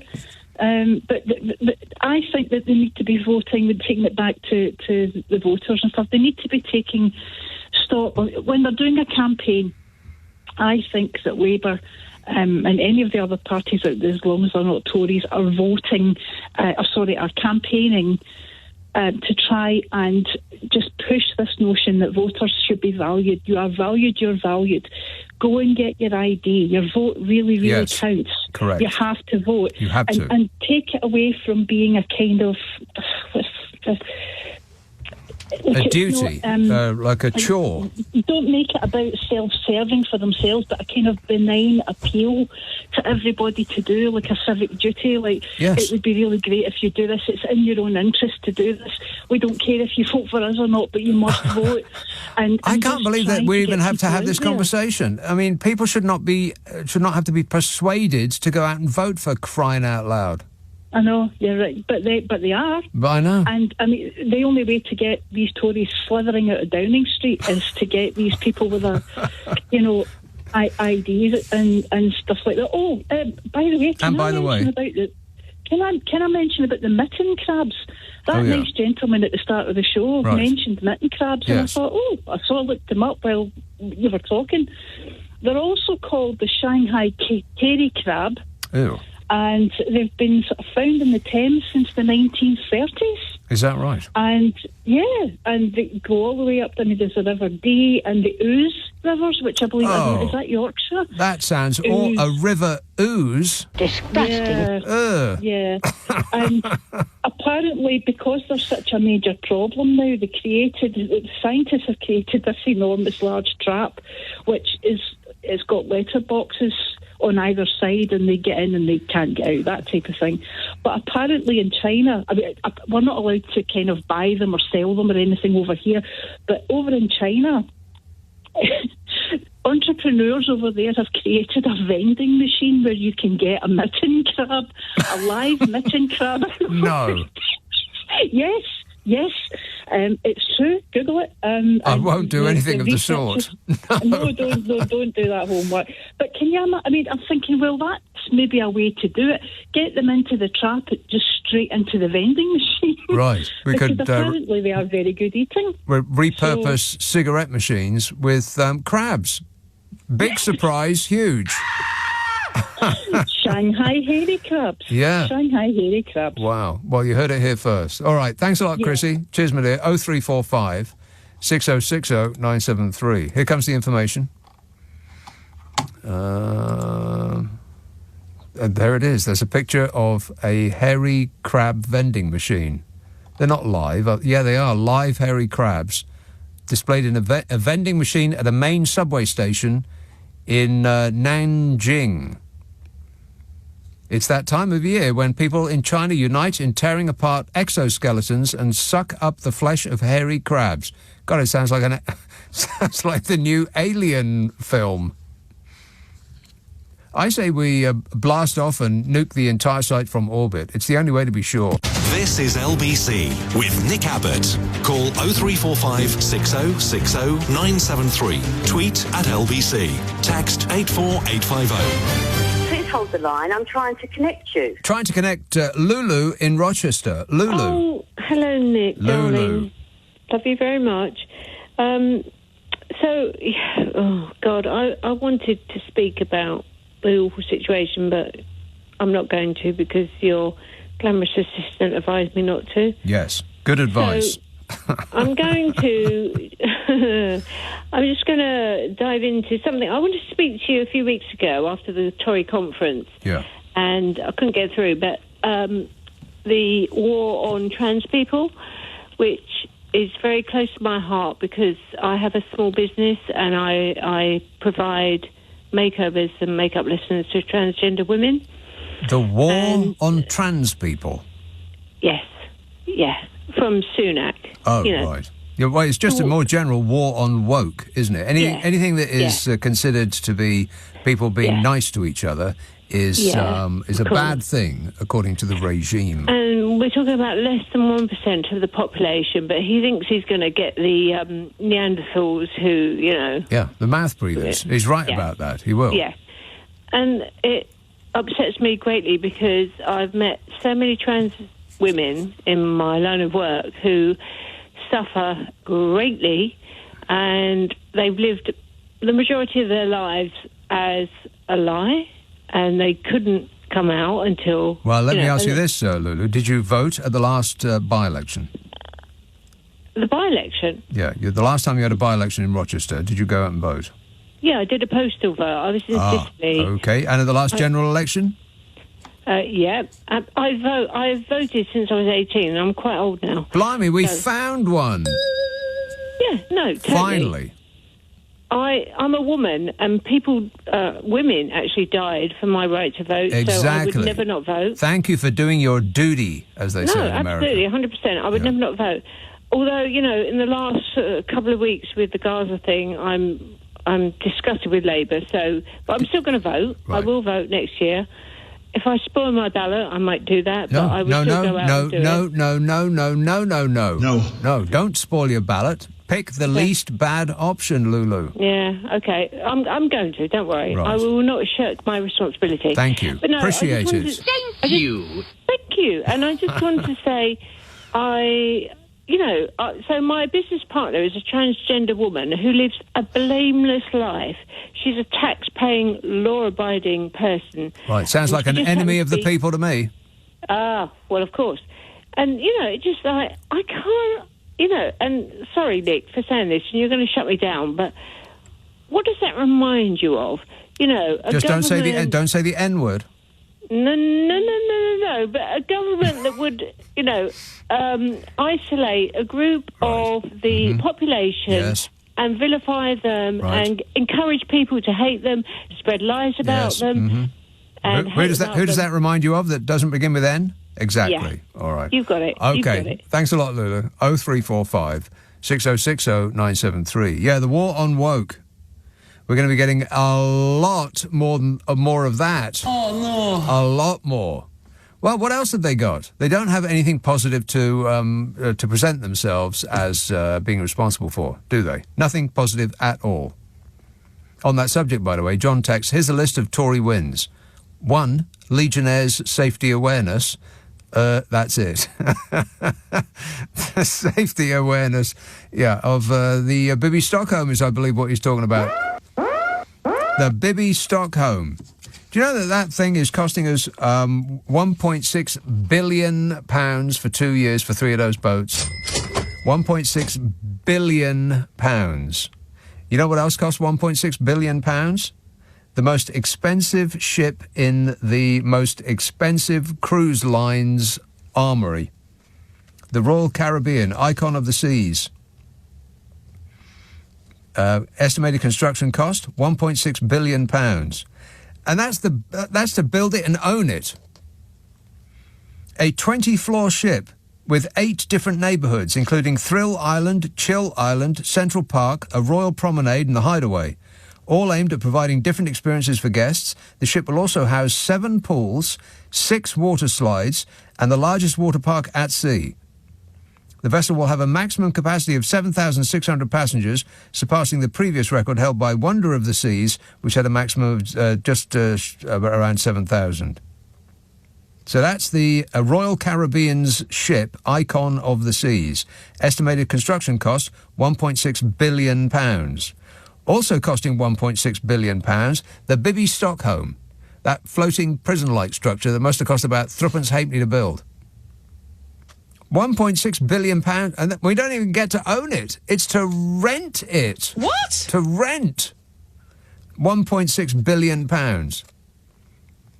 I mean, compare and contrast the two, side by side. I double dare you.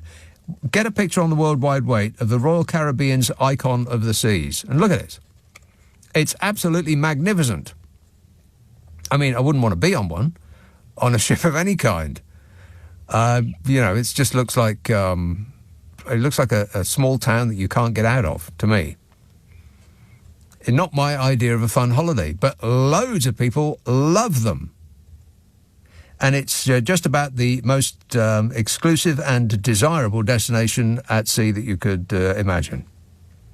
8 different neighbourhoods, 6 water slides and 7 pools, for crying out loud. And you get that for £1.6 billion. You also get for £1.6 billion renting 3 boats, like prison boats that look like the Bibby Stockholm, for 2 years. I mean, what? How is that even possible? How is it possible that it costs £1.6 billion, not million. Million would sort of make sense. It would still seem like a lot to me to rent a ship that looked like that, the Bibby Stockholm, that depressing, desultory square vessel that has absolutely no artistic merit of any kind whatsoever. Nobody's even thought a single solitary second about the building of that ship. They just drew a square on a piece of paper and they said, there you are, build that. Compared to this floating palace, which cost the same amount to actually build. And we're spending that amount of money, £1.6 billion, to rent the prison boats. How is that possible? Who is the genius that signed that contract? I mean, you'd have to be of the same quality of expertise as Lord David Frost. You know, that melting candle that signed us up for the Brexit deal. Worst deal ever. And he's still spraying his opinion all over the newspapers. It's like anybody should be remotely concerned about what that man thinks. I cannot believe it. And then they have the nerve to talk to us about saving money. Yeah, the man in charge of the NHS, Steve Barclay, he's the actual health secretary of this country. Can you believe that? No. Steve Bloomin' Barclay, spraying on about how it's their number one concern to save the taxpayer money. £1.6 billion. How is that possible? Why aren't people going to jail? Explain that to me, I double dare you. How is it possible to spend £1.6 billion renting 3 boats that look like that house 220 people each for 2 years? Cost the same as a floating palace for 7,000 people. How is that possible? And that they have the nerve to tell us that they're concerned for the taxpayers getting value for money. Wake up, people. It's much later than you think. 0345 6060 973. Text 84850. Email nicka@lbc.co.uk. And if you're on Twitter, it's @LBC. Sherilyn says, I know one thing that the Conservatives have achieved, sending us into a state where we all need cost of living payments to survive. Yeah, we appreciate your cost of living payments. Thank you. Yeah. But you have delighted us enough. 0345 6060 973. Nick Abbott, LBC. On your radio, on Global Player, and Play LBC. leading Britain's conversation. This is LBC.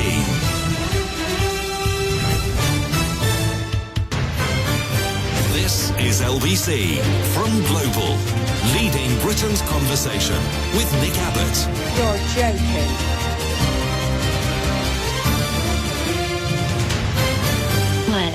Words, more words. A lot of words. Lucy says things that have improved under the Tories. A greater number of MPs have had a shot at being Prime Minister. 2 of them were female. Absolutely. And, of course, our latest PM is from an ethnic minority. No. Definitely not from an ethnic minority. It's worth contemplating. I mean, people are running around and clutching themselves. They're so happy that the Labour Party won those 2 by-elections. But they won by a smaller number of people than voted for Reform UK. I mean, my caller some while ago was completely correct in every respect. If Reform UK did not exist, and the people that voted for them voted for the Tory party, the Tories would have won both of those by-elections.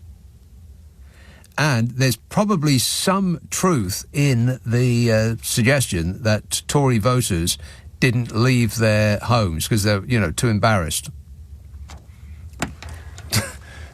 They didn't want to be asked coming out, who did you vote for? Or going in, who are you thinking of voting for? By some impudent researcher or journalist. Because they'd have to either lie or say something that was embarrassing. It's almost considered in some parts to be not the done thing to even suggest that you are a Tory. Also, if Britain First, UKIP and the monster-raving Looney Party did not exist, and all of the people that voted for them voted for the Tories would have won in Tamworth as well. And if the people who voted for the monster-raving Looney Party, English Democrats, CPA, whatever that is, True and Fair Party, Heritage, the Party of No Description, whose candidate was Prince Ankit Love, Emperor of India, and the Mainstream Party, is that really what they call themselves? The Mainstream Party, that's genius. If all of the people that had voted for those no-hopers had voted for the Tories, then the Labour margin would have been vanishingly small. Could have gone either way. So don't get carried away, people. I mean, I know it was a huge swing and all, but dismal turnout. People in Tamworth particularly should be embarrassed, ashamed of yourselves. A third. And in mid-Bedfordshire, it's still only 44%, which is weak. So don't assume that from these two things leads to happiness in the future. That is assuming we are allowed to have another election, although all the signs point to no at the moment. Just as I predicted. Devon, hello, Rose. Hello, Nick. Rose. Well, I don't know where to start. Start at the very beginning. It's a very good place to start. Very good place to start. The idea that these idiots would be better than fresh, eager, incoming Labour government to deal with a crisis is just farcical. It's beyond farcical, isn't it?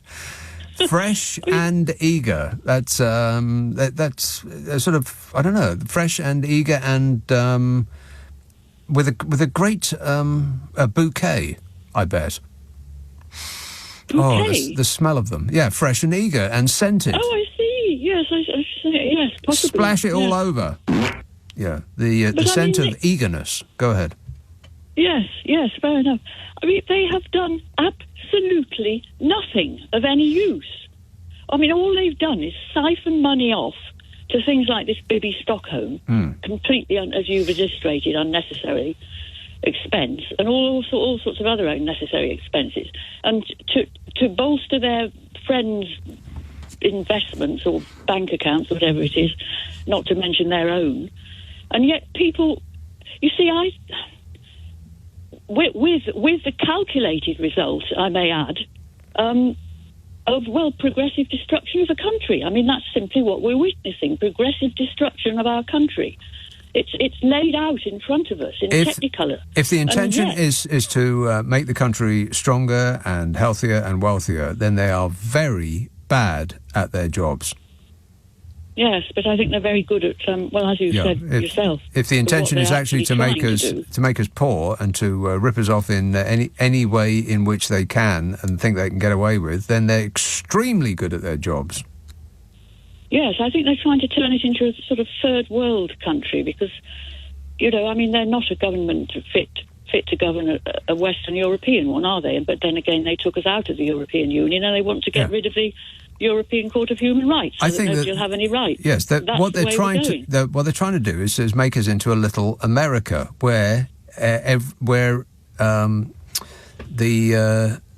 strongest will get the prizes, where those who have all when the rules are made by those who have already won. Yes, and you see, when it comes to voting, Nick, I'm not sure that people are entirely rational in this country when it comes to voting. Here's what's in the mind of your average voter. Yeah, not rational. Well, I mean, it's just a demonstration of who they are, if they bother to turn out at all. I just think they divorce themselves, a lot of people, from actually what it's about. And if they do go, you hear people saying, well, I wouldn't put my cross next to him or her. And then who's going to know? Yes. It's a secret ballot, for God's sake.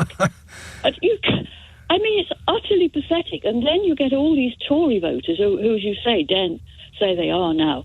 And I'm sure, because I've got friends, it's about status. If you ally yourself, is the word I'm trying to think of, ally yourself with those who appear to have status in your sort of warped mind, then you're not going to actually really have money or status, but it makes you feel as if inside I'm actually like them. Right. I've got a friend, and we were driving around, and he said, well, that's where we'd all really like to live, isn't it? And this was a road, tree-lined road with enormous houses with a large garden. And I said, no, very expensive, No, I need to live in the country. And he said, well, yes, that's right. But status, this is where you... And I thought, you actually choose a house for status.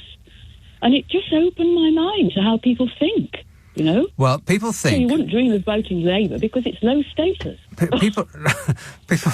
People think that if they vote Conservative, they will have a chance of being rich as they...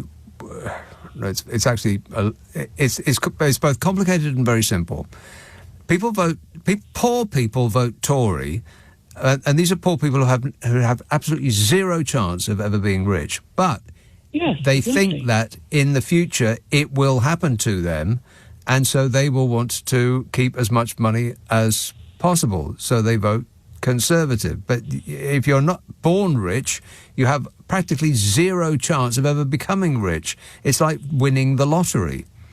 It's not going to happen to you. You can keep trying, but it ain't. I'm not sure they do think that they're going to ever have a chance. I think it's just a fantasy in the mind. If they're friends with, you know, like this awful MP we've got, Geoffrey Cox, somehow, he talked to me. In your head, then, you're an important person. You know that you're really a toff. It's just that you haven't got the money to show it. Right. You know, I just take a slightly different view from you on this, but I mean, it's guesswork, really, isn't it? Well, I can't. I mean, I'm just about you people. Yeah, I'm just casting down my eyes down the list of who voted for what, and the Greens. Now, you'd think that the Greens' support would be increasing, that the Greens' support would be preeminent among the young. Now, I suspect from these numbers that the young, most of all, did not bother to go out and vote, which is so dispiriting. I mean, come on, people. What more evidence do you need that we are in desperate straits here? 1.6% they got in Tamworth, the Greens. 1.6%. Oh, God. I mean, what does it take for people to actually wake up and think that we're in some sort of emergency here? Does your sofa actually need to be floating out of your living room window before you think that there's a problem? I know. My lovely nephew, when he was 18, I think he's 26 now, you know, voting for the first time, and he was so loathing of the Tories. He was right up there, honestly, Nick. He had all the info. But he voted with his heart, and he voted Green. So because the Labour lost in that seat and the Tory got in, we all blamed and Andy for voting Green, bless him. Thanks a lot, Andy. You see what you've done? But no, I mean, never mind about tactical voting. I think that is an indication to me that the young people did not go out and vote, because young people like green issues, and they are. If we live long enough, they'll be the ones that can actually save the human race. 1.6% in Tamworth. That was down from last time, and in Mid Bedfordshire, the Green Party got 1.8, which is down -2 points. In other words, about half of the number of people that voted for the Greens last time voted for them this time. As the catastrophe gets worse, the interest diminishes. Yes, but these young people, Nick, I mean, I could be lucky and escape it by dying, but they won't, will they? I mean, and this is another thing. I mean, don't these sodding Tories who are buttering up the fossil fuel companies, don't they have children and grandchildren? Yes, they do, but they think that the wall of money that they have constructed around them will save them, which is... Well, it won't. Well, I know that, you know that, but they haven't quite come to terms, because their wall of money has saved them from everything else. Why everything not that? Else. Yeah. Yes, Rose, exactly. gotta go. Thanks for that. This is LBC with Nick Abbott. Call 0345 6060 973. Tweet at LBC. Text 84850. Hang about, Nick. Listen. Now, what I'm trying to say to you is this, Nick, right? Simon says, my worry is the low turnout of the local elections and the low Tory vote as they stayed at home. So the Daily Mail will come out all guns blazing and force the DM reader idiots to vote Tory at the general election. Labour lose, oh no, please. Says Simon. Does that make sense? No. Not really. Kensington, Hassan. Yeah, hi. Yes, Hassan. Nick, I think Sunak is now in desperate conditions because all these sort of boats and Woke and all that is not working. So I think he he should probably get rid of Suella Braverman. He should invite 1,000 refugees from Gaza and she'll just disappear in a whiff of green smoke, screeching. Green smoke. Was that a Wizard of Oz reference? Yes, I think it is. I think it was. It was meant to be before somebody accuses me of something. Yes. Well, you just tell her that there's a blind man's guide dog that she hasn't stamped on yet, and it's just outside the building, and as soon as she leaves, you'll rush out there to take care of that situation and just lock the doors. Absolutely. But just one positive news, I think 2 hostages have been released in Gaza, and I hope the remaining can be released without any further sort of delay or violence. Yes, and peace and harmony is all around, but I wouldn't hold my breath about any of that. Yeah, but Ted Heath and Tony Benn managed to get refugees out of Iraq in the 1990s. I think we should try the same. With perhaps Jeremy Corbyn, who is well respected in the Middle East. So, yeah, that's who Rishi Sunak is going to call next, Jeremy Corbyn. All right, thanks a lot, Hassan. 0345 6060 973. Zach texts, handmade bespoke hand carts available.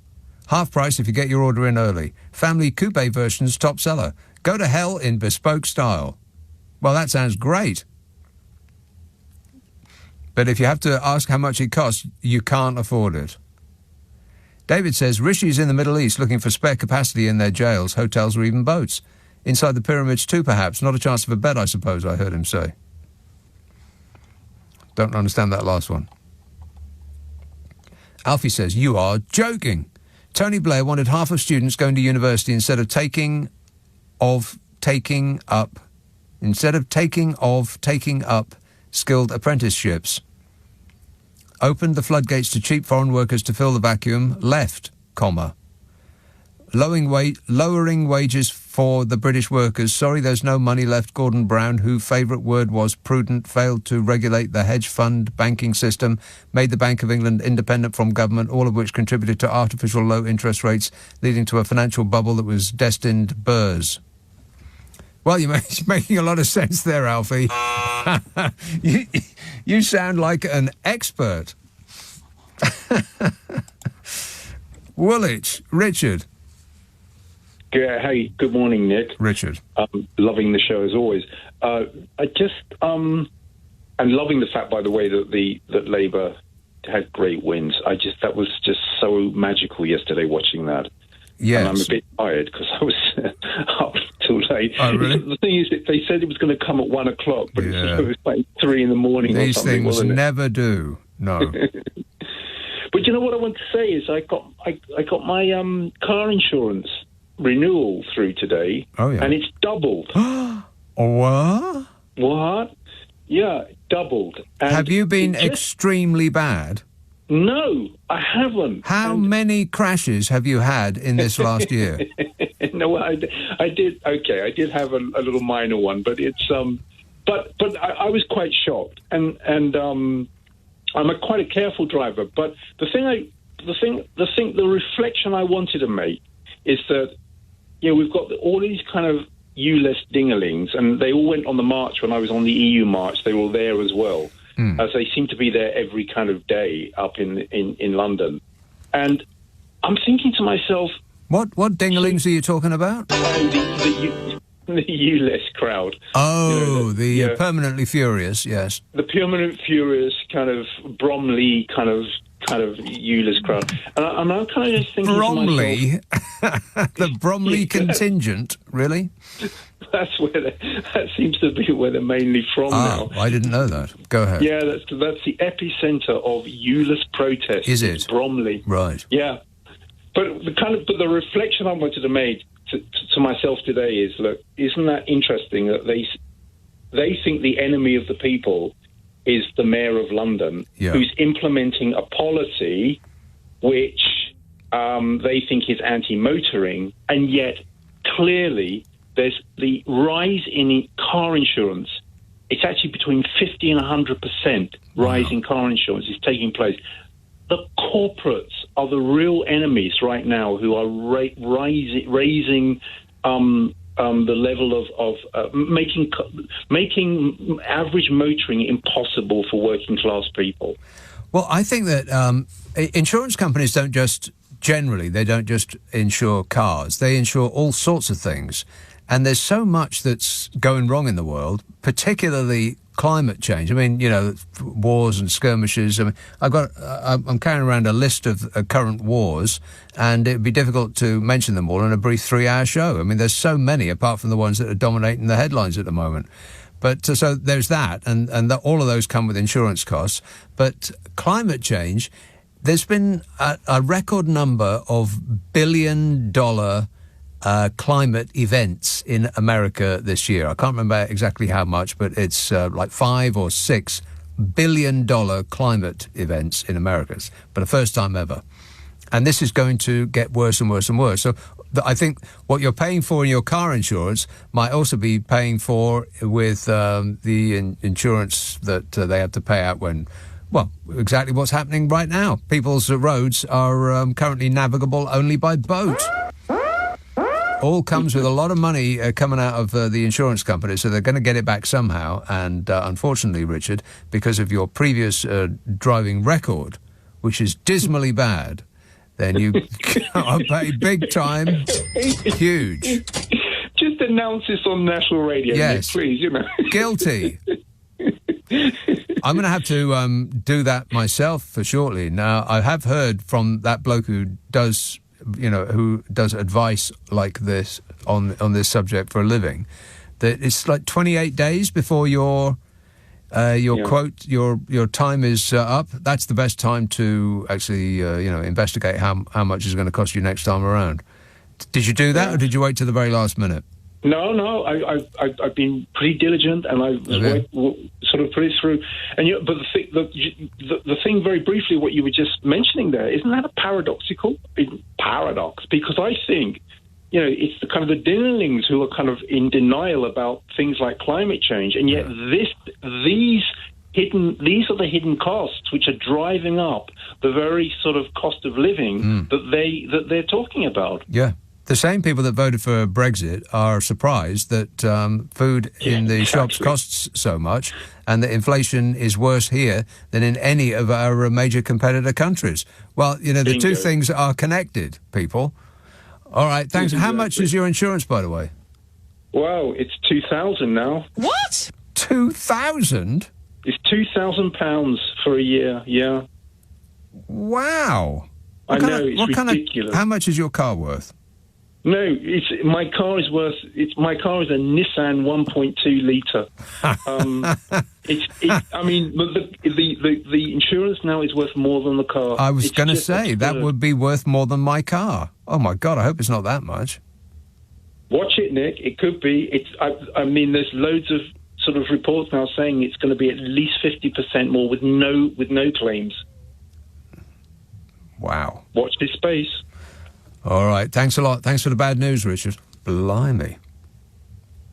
Is anything cheaper these days? I mean, anything at all? Everything costs too much. Everything costs too much. And it is specifically because of the Brexit, which is specifically because of this regime. Thanks a lot, Boris. Yeah.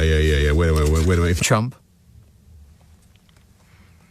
We do have the worst inflation rate of any major economy. I think it goes Turkey, Afghanistan, us. I'm not making that up. I think that's exactly true. Maybe Turkey. Did I say Turkey? I think I did. I said, I'll have 2 turkeys, please. Yeah. It goes Turkey, Afghanistan, us. I mean, talk about embarrassing. And it's all thanks to Brexit. How's Brexit going, by the way? Fabulous. Yeah, even this bloke doesn't think Brexit is going great. Brexit's going great. I take that back. 0345 6060 973. Glasgow, Graham. Yo, Nick, how are you? Good, thanks. I just wanted to ask you a question. I know you're a bit Scottish. Yes. A quarter? Half Scottish. Half? Oh my God, even better. So, do you think Cairns are useless is going to do it, or is it going to be a Labour majority when it comes? That I don't know. What? That I don't know. Just because I'm partly from Scotland doesn't mean to say I know anything about it. But you can feel it, though. You can feel it. You know it's SNP. Okay, I'll take your word for it. Cool. Oh, is that it? Well, I don't know. Do you have a vote? Because on my screen it says floods. Were you not going to tell us about floods? No. I'm not flooded. I'm in Glasgow. Okay. All right. Is it raining right now? Absolutely. Yeah. You know what it is? It's always raining. I know it is. Yeah, I'm looking at the 2 weeks weather, sorry? I'm looking at the forecast as we speak. It's going to be raining tonight and raining tomorrow and what? Not raining on Sunday? Pfft, rubbish. It's sun on Sunday in Glasgow. I don't believe it. On Monday, however, normal service is resumed. It'll be raining on Monday and raining on Tuesday and raining on Wednesday and raining on Thursday and raining on Friday and raining on Saturday and then raining next Sunday, the 29th. And raining on the following Monday and raining on Tuesday and raining on Wednesday and raining on Thursday. Every day for the rest of your lives. Oh, well. Never mind. You haven't got anything to wear in the sun anyway, have you? It seems cruel, really, that one place that is actually so great should be so permanently damp. What have they done to deserve that in Glasgow? Thanks a lot, Graham. Darryl says, I expect parts of England will still have a hosepipe ban, but I have a solution. Scotland get loads of rain. If you look on the map, England is directly below Scotland, and since water flows downwards, it will all end up in England, where it can be collected ready for use. Problem solved. That's just science, says Darryl. Well, that is true. We only deal with facts on this show. This is LBC with Nick Abbott. Call 0345 6060 973. Tweet at LBC. Text 84850.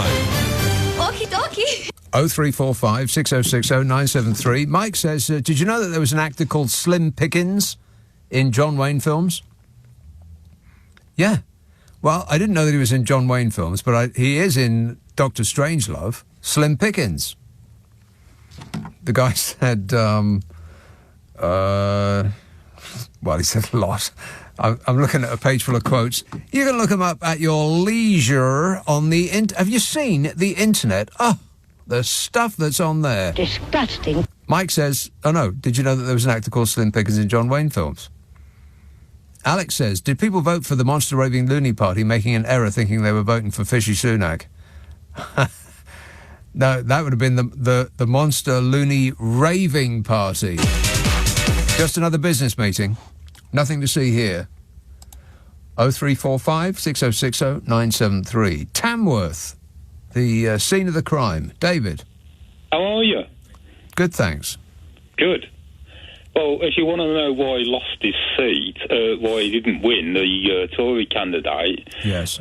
It's because he made it his sort of mission to say that the Labour candidate didn't live in Tamworth and was from Birmingham. Well, Tamworth is what you'd call an overspill town. Birmingham adjacent.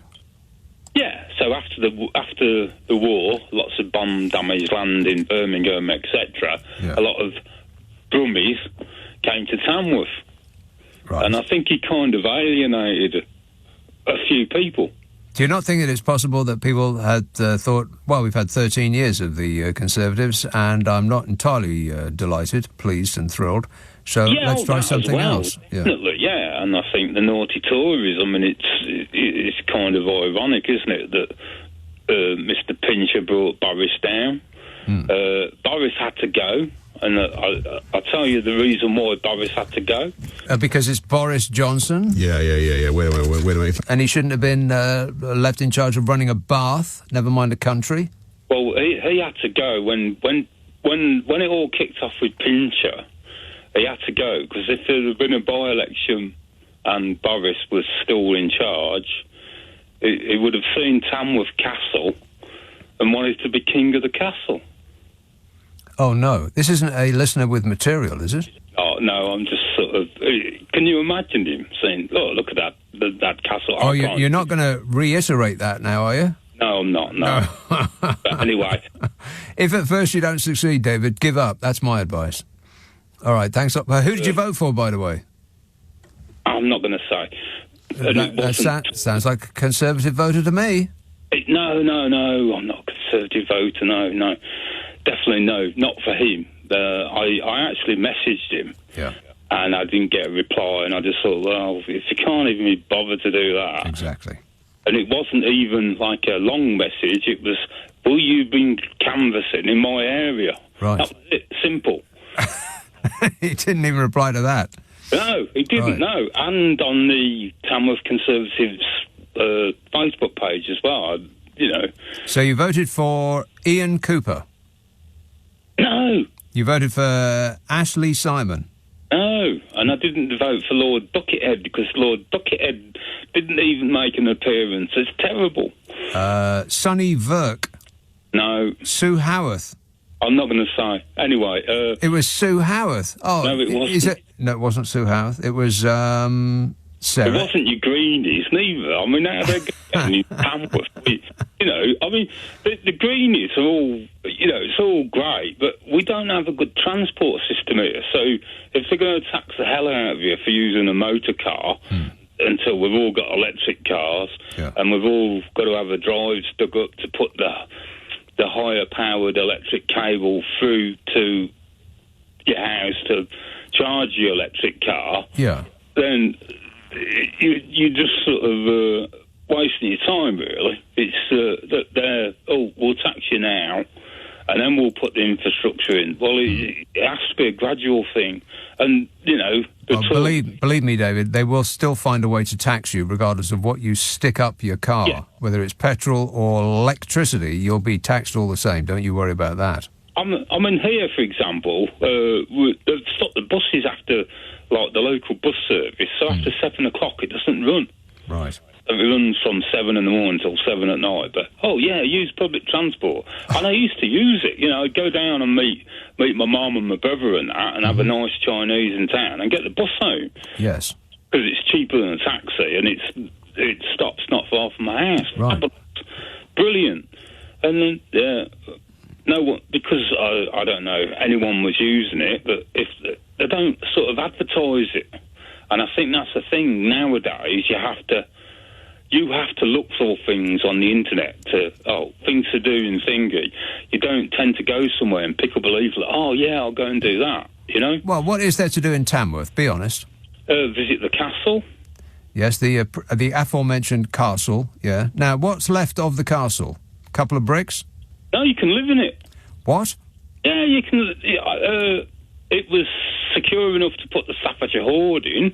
I went to see Staffordshire Hoard there. Yeah. Yeah, so that's what I was trying to say about Boris. If they've seen the castle, well, I can live in there, That's the third time you've said that. It didn't work the first time, or the two follow-up times. So you voted for Peter Longman. No, Tamworth was the capital of Mercia as well, and which at one point did include London. Tamworth included London? Is that what you just said? Tamworth was like the capital of the Kingdom of Mercia. Yes. Which at one point did include parts of London. Right. So it was like the capital of the UK, if you like, yeah? Right. And how they have, how times have changed, though, eh? Oh, yeah. So you voted for Sarah Edwards? I didn't know. I'm not going to say. Well, that sounds like a UKIP voter, then. Oh, get out of here. Who were them? I've never heard of them. Britain First. No, I'm not going to say. You didn't vote at all, did you? I did, because I did. Yeah, but I'm just not going to say who. All right, then. OK, I believe you. Millions wouldn't, David, but I will. How does that sound? Yeah, OK. I think we'll end on that note of concord. Excellent work, that man. Seema texts, I've decided that the only way to fight the soon approaching dark early evenings is to put the Christmas decorations up. I know it's too early, but frankly I don't care. It's going to be happening this weekend, says Seema.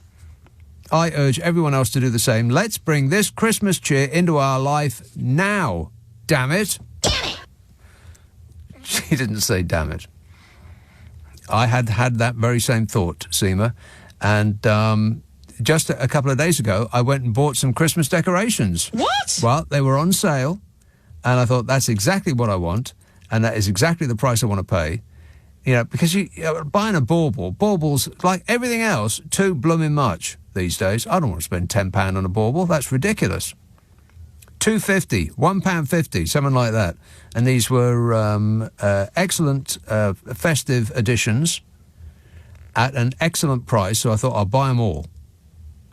And so I am ready to go. But it does seem a bit early. Although now that God, it just gets so blooming dark so early. And is it this week or next week? Hang on. Is it this month? Is it this... hang on a minute. One moment, please. I've got detailed files.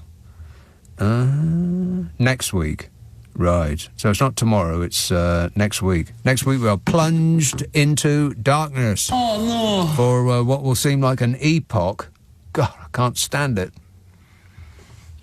But it's not something that I like to complain about. Whinging and whining and moaning. But yes, Christmas decorations would help. Put a bit of light back in your life. I'm right with you, Seema. Phil's, but I wouldn't want to be first. You be first and I'll be second. Phil says, Sir Richie spent all the money on not building a railway from the middle of nowhere to the middle of nowhere. But wait, can you imagine the scandal if he had built a railway from the middle of nowhere to the middle of nowhere? We'd never hear the end of it. Thank God he managed not to do that, says Phil. Which I think is called snatching success from the jaws of defeat. Yeah, good job he didn't do anything stupid like that. 0345 6060 973. Guildford, Nikki. Hey, Nikki, you're so fine, you blow my mind. Nikki. Hello, Nick. Nikki. Do you know what? You disappeared for a while over the months. I don't know what happened, but you weren't there and I missed you loads. I wasn't where? I don't know. You weren't. Your show disappeared, or I don't know. You weren't on for a while. Is that true? No. Or am I being... Anyway, never mind. You must be hallucinating, Nikki. Listen, a couple of things. One, my insurance, you're going to love this. Can I mention the name of the companies or not? No. Okay, so I was with a company for 3 years. Yeah. And because I've got a few mental health issues, I forget a lot of stuff. Auto-renewed, it was £22 a month, monthly, and it went up to 72. A month? Yeah. Wow. Yeah. So I put on something on Facebook, a really good friend of mine put something up, and I've got a really good deal through a broker. I mean, honestly, what do these people think? Every single time a renewal has come up for me, I've gone somewhere else. I've had to. What, are they stupid? Do they not want to keep their... I don't know. It's mystifying why they don't... They only give good deals to new customers. You'd think that the retention would be uppermost in their minds, so that they would give a good deal to the people that are already doing business with them. Yes. So that's my first thing. So I just wanted to let you know. But I did get a better quote. Right. So everything's fine. Then, I swear to God this is true, my mortgage, and I'm a single person, 2-bedroom flat, I lived here for 20 years, and it's not all interest only. In February, it was £400. Guess how much it is now? 8. 1,090. Wow. And I live in Surrey, and I think people don't realise that... I really need to say this, actually. There are a lot of people in Surrey that are very, very deprived. There's a lot of... And then you've got...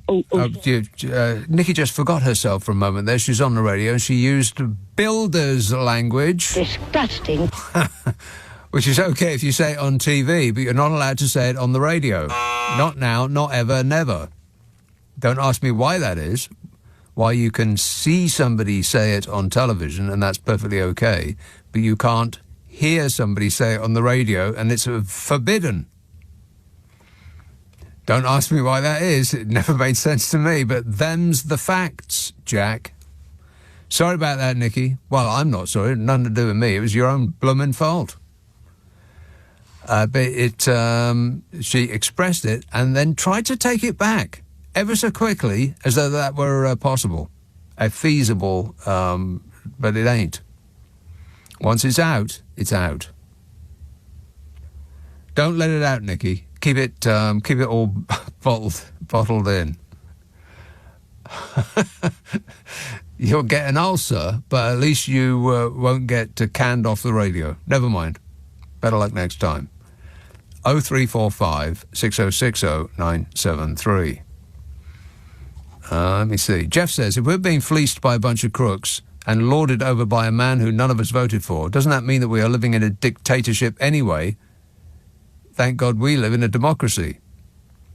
The last sentence didn't make no sense. I think you should have ended it on, aren't we living in a dictatorship? Well, it seems like it. I mean, who voted for Mr. Gripping It? I'm gripping it. No one. No one, I mean, absolutely no one voted for him, apart from the deluded people in his constituency. Have you ever seen him since you voted for him, apart from on the telly? No. I wouldn't think so, no.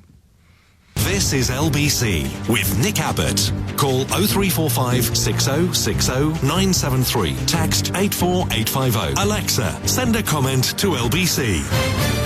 Come on, we're running late. 0345 6060 973. Islington, Barnaby. Hello, Tom. Who? Hello, Tom. Tom's not available at the moment. I can put you on hold till he comes in. Well, you could do. I know your name's Nick, but I like calling you Tom because I know it irritates you. Well, it doesn't all right, Nick. particularly bother me earlier, one way or another. Yes, Dave. Yeah. All right, Nick. Earlier, you were mocking everything about Brexit, yeah? Mocking? Yes, mocking. Well, I wasn't mocking everything about Brexit. I simply asked what the benefits of Brexit were, and nothing was received in response. So basically, the British population are a bunch of idiots. Okay, are we going to this again? That if I'm just saying, if you voted for Brexit, then that makes you an idiot in my mind. The British population are a bunch of idiots. Is that your position? The British? I'm asking you, is that your position? Only the idiots. Only the 17.6 million majority are idiots. No, only the idiots are idiots. But the rest of them who voted were quite sensible, but somehow they made an idiotic decision. Only the sensible ones. Listen, Nick, I suppose, the majority voted for it, and you mock them as idiots. Come out and say it on the radio, the British people are idiots. I'm not sure about the British people, Barnaby, but I've made my mind up. I've made my mind up about you, if that's any help. I'm an idiot. I'm glad to admit it. But the majority voted for it. The majority of the British population are idiots in your mind.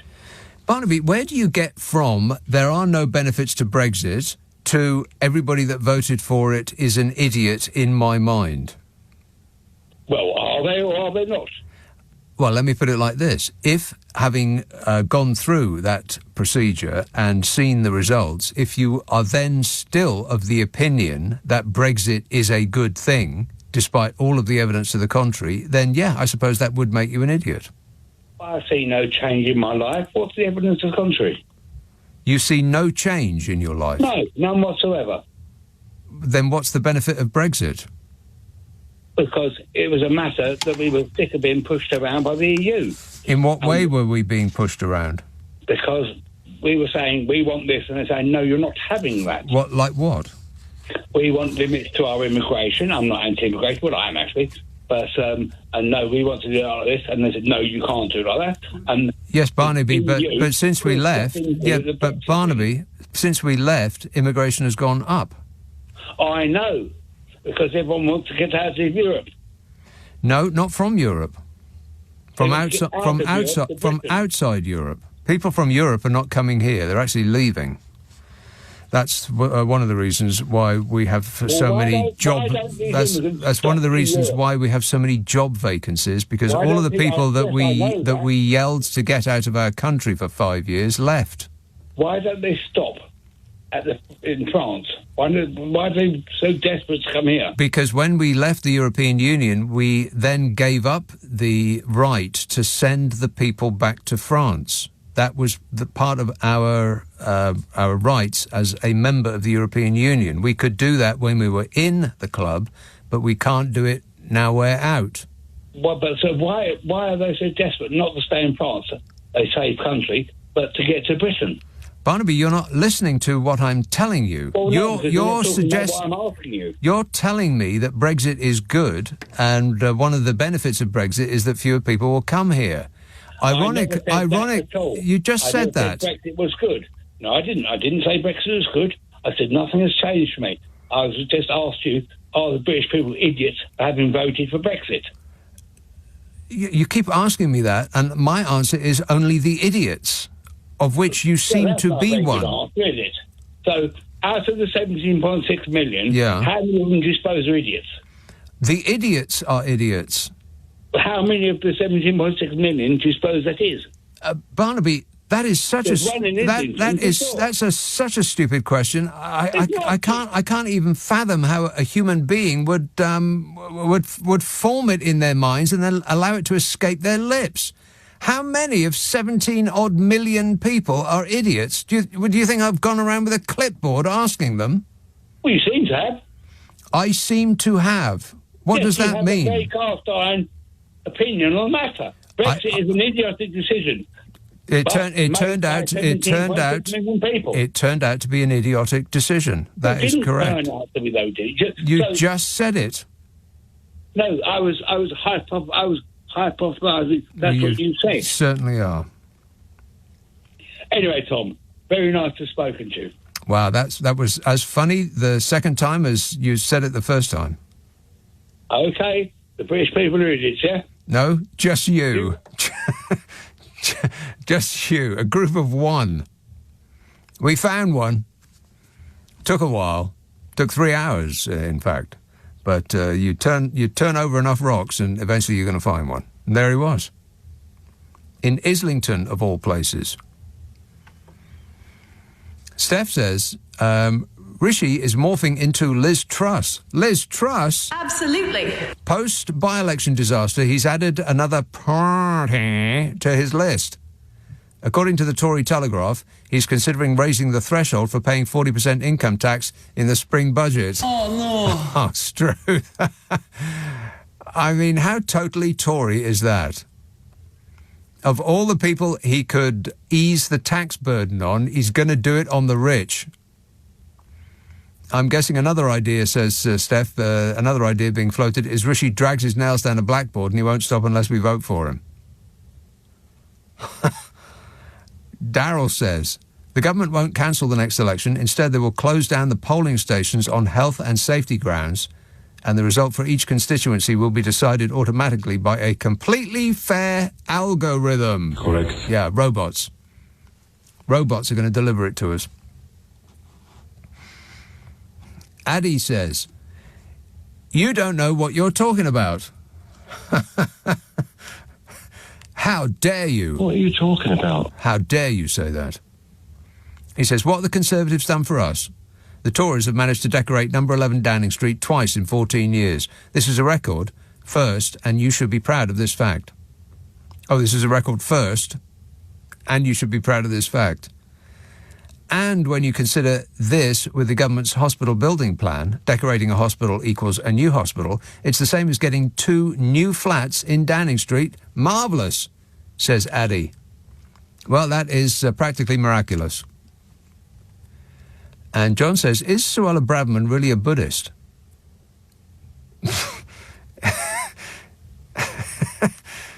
If the Buddha hadn't entered into nirvana, he'd be turning in his grave, says John. Well, you know more about that than I do. And I'll just pick one at random to end on.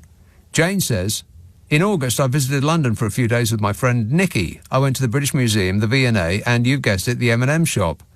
We also got half-price tickets to the Pillow Man, expecting a murder mystery whodunit. That was a surprise, not a good one either. Have you seen it? The Pillow Man. No, I haven't. It sounds like it would be a horror film. Is it a horror film? In which case, count me out. Thanks a lot, Jane. Thanks for the warning. Jane, thanks for the warning. Jane, thanks for the warning. Jane, thanks for the warning. Jane, thanks for the warning. Jane, thanks for the warning. Jane, thanks for the warning. Jane, thanks for the warning. Jane, thanks for the warning. Jane, thanks for the warning. Jane, thanks for the warning. Jane, thanks for the warning. Jane, thanks for the warning. Jane, thanks for the warning. Jane, thanks.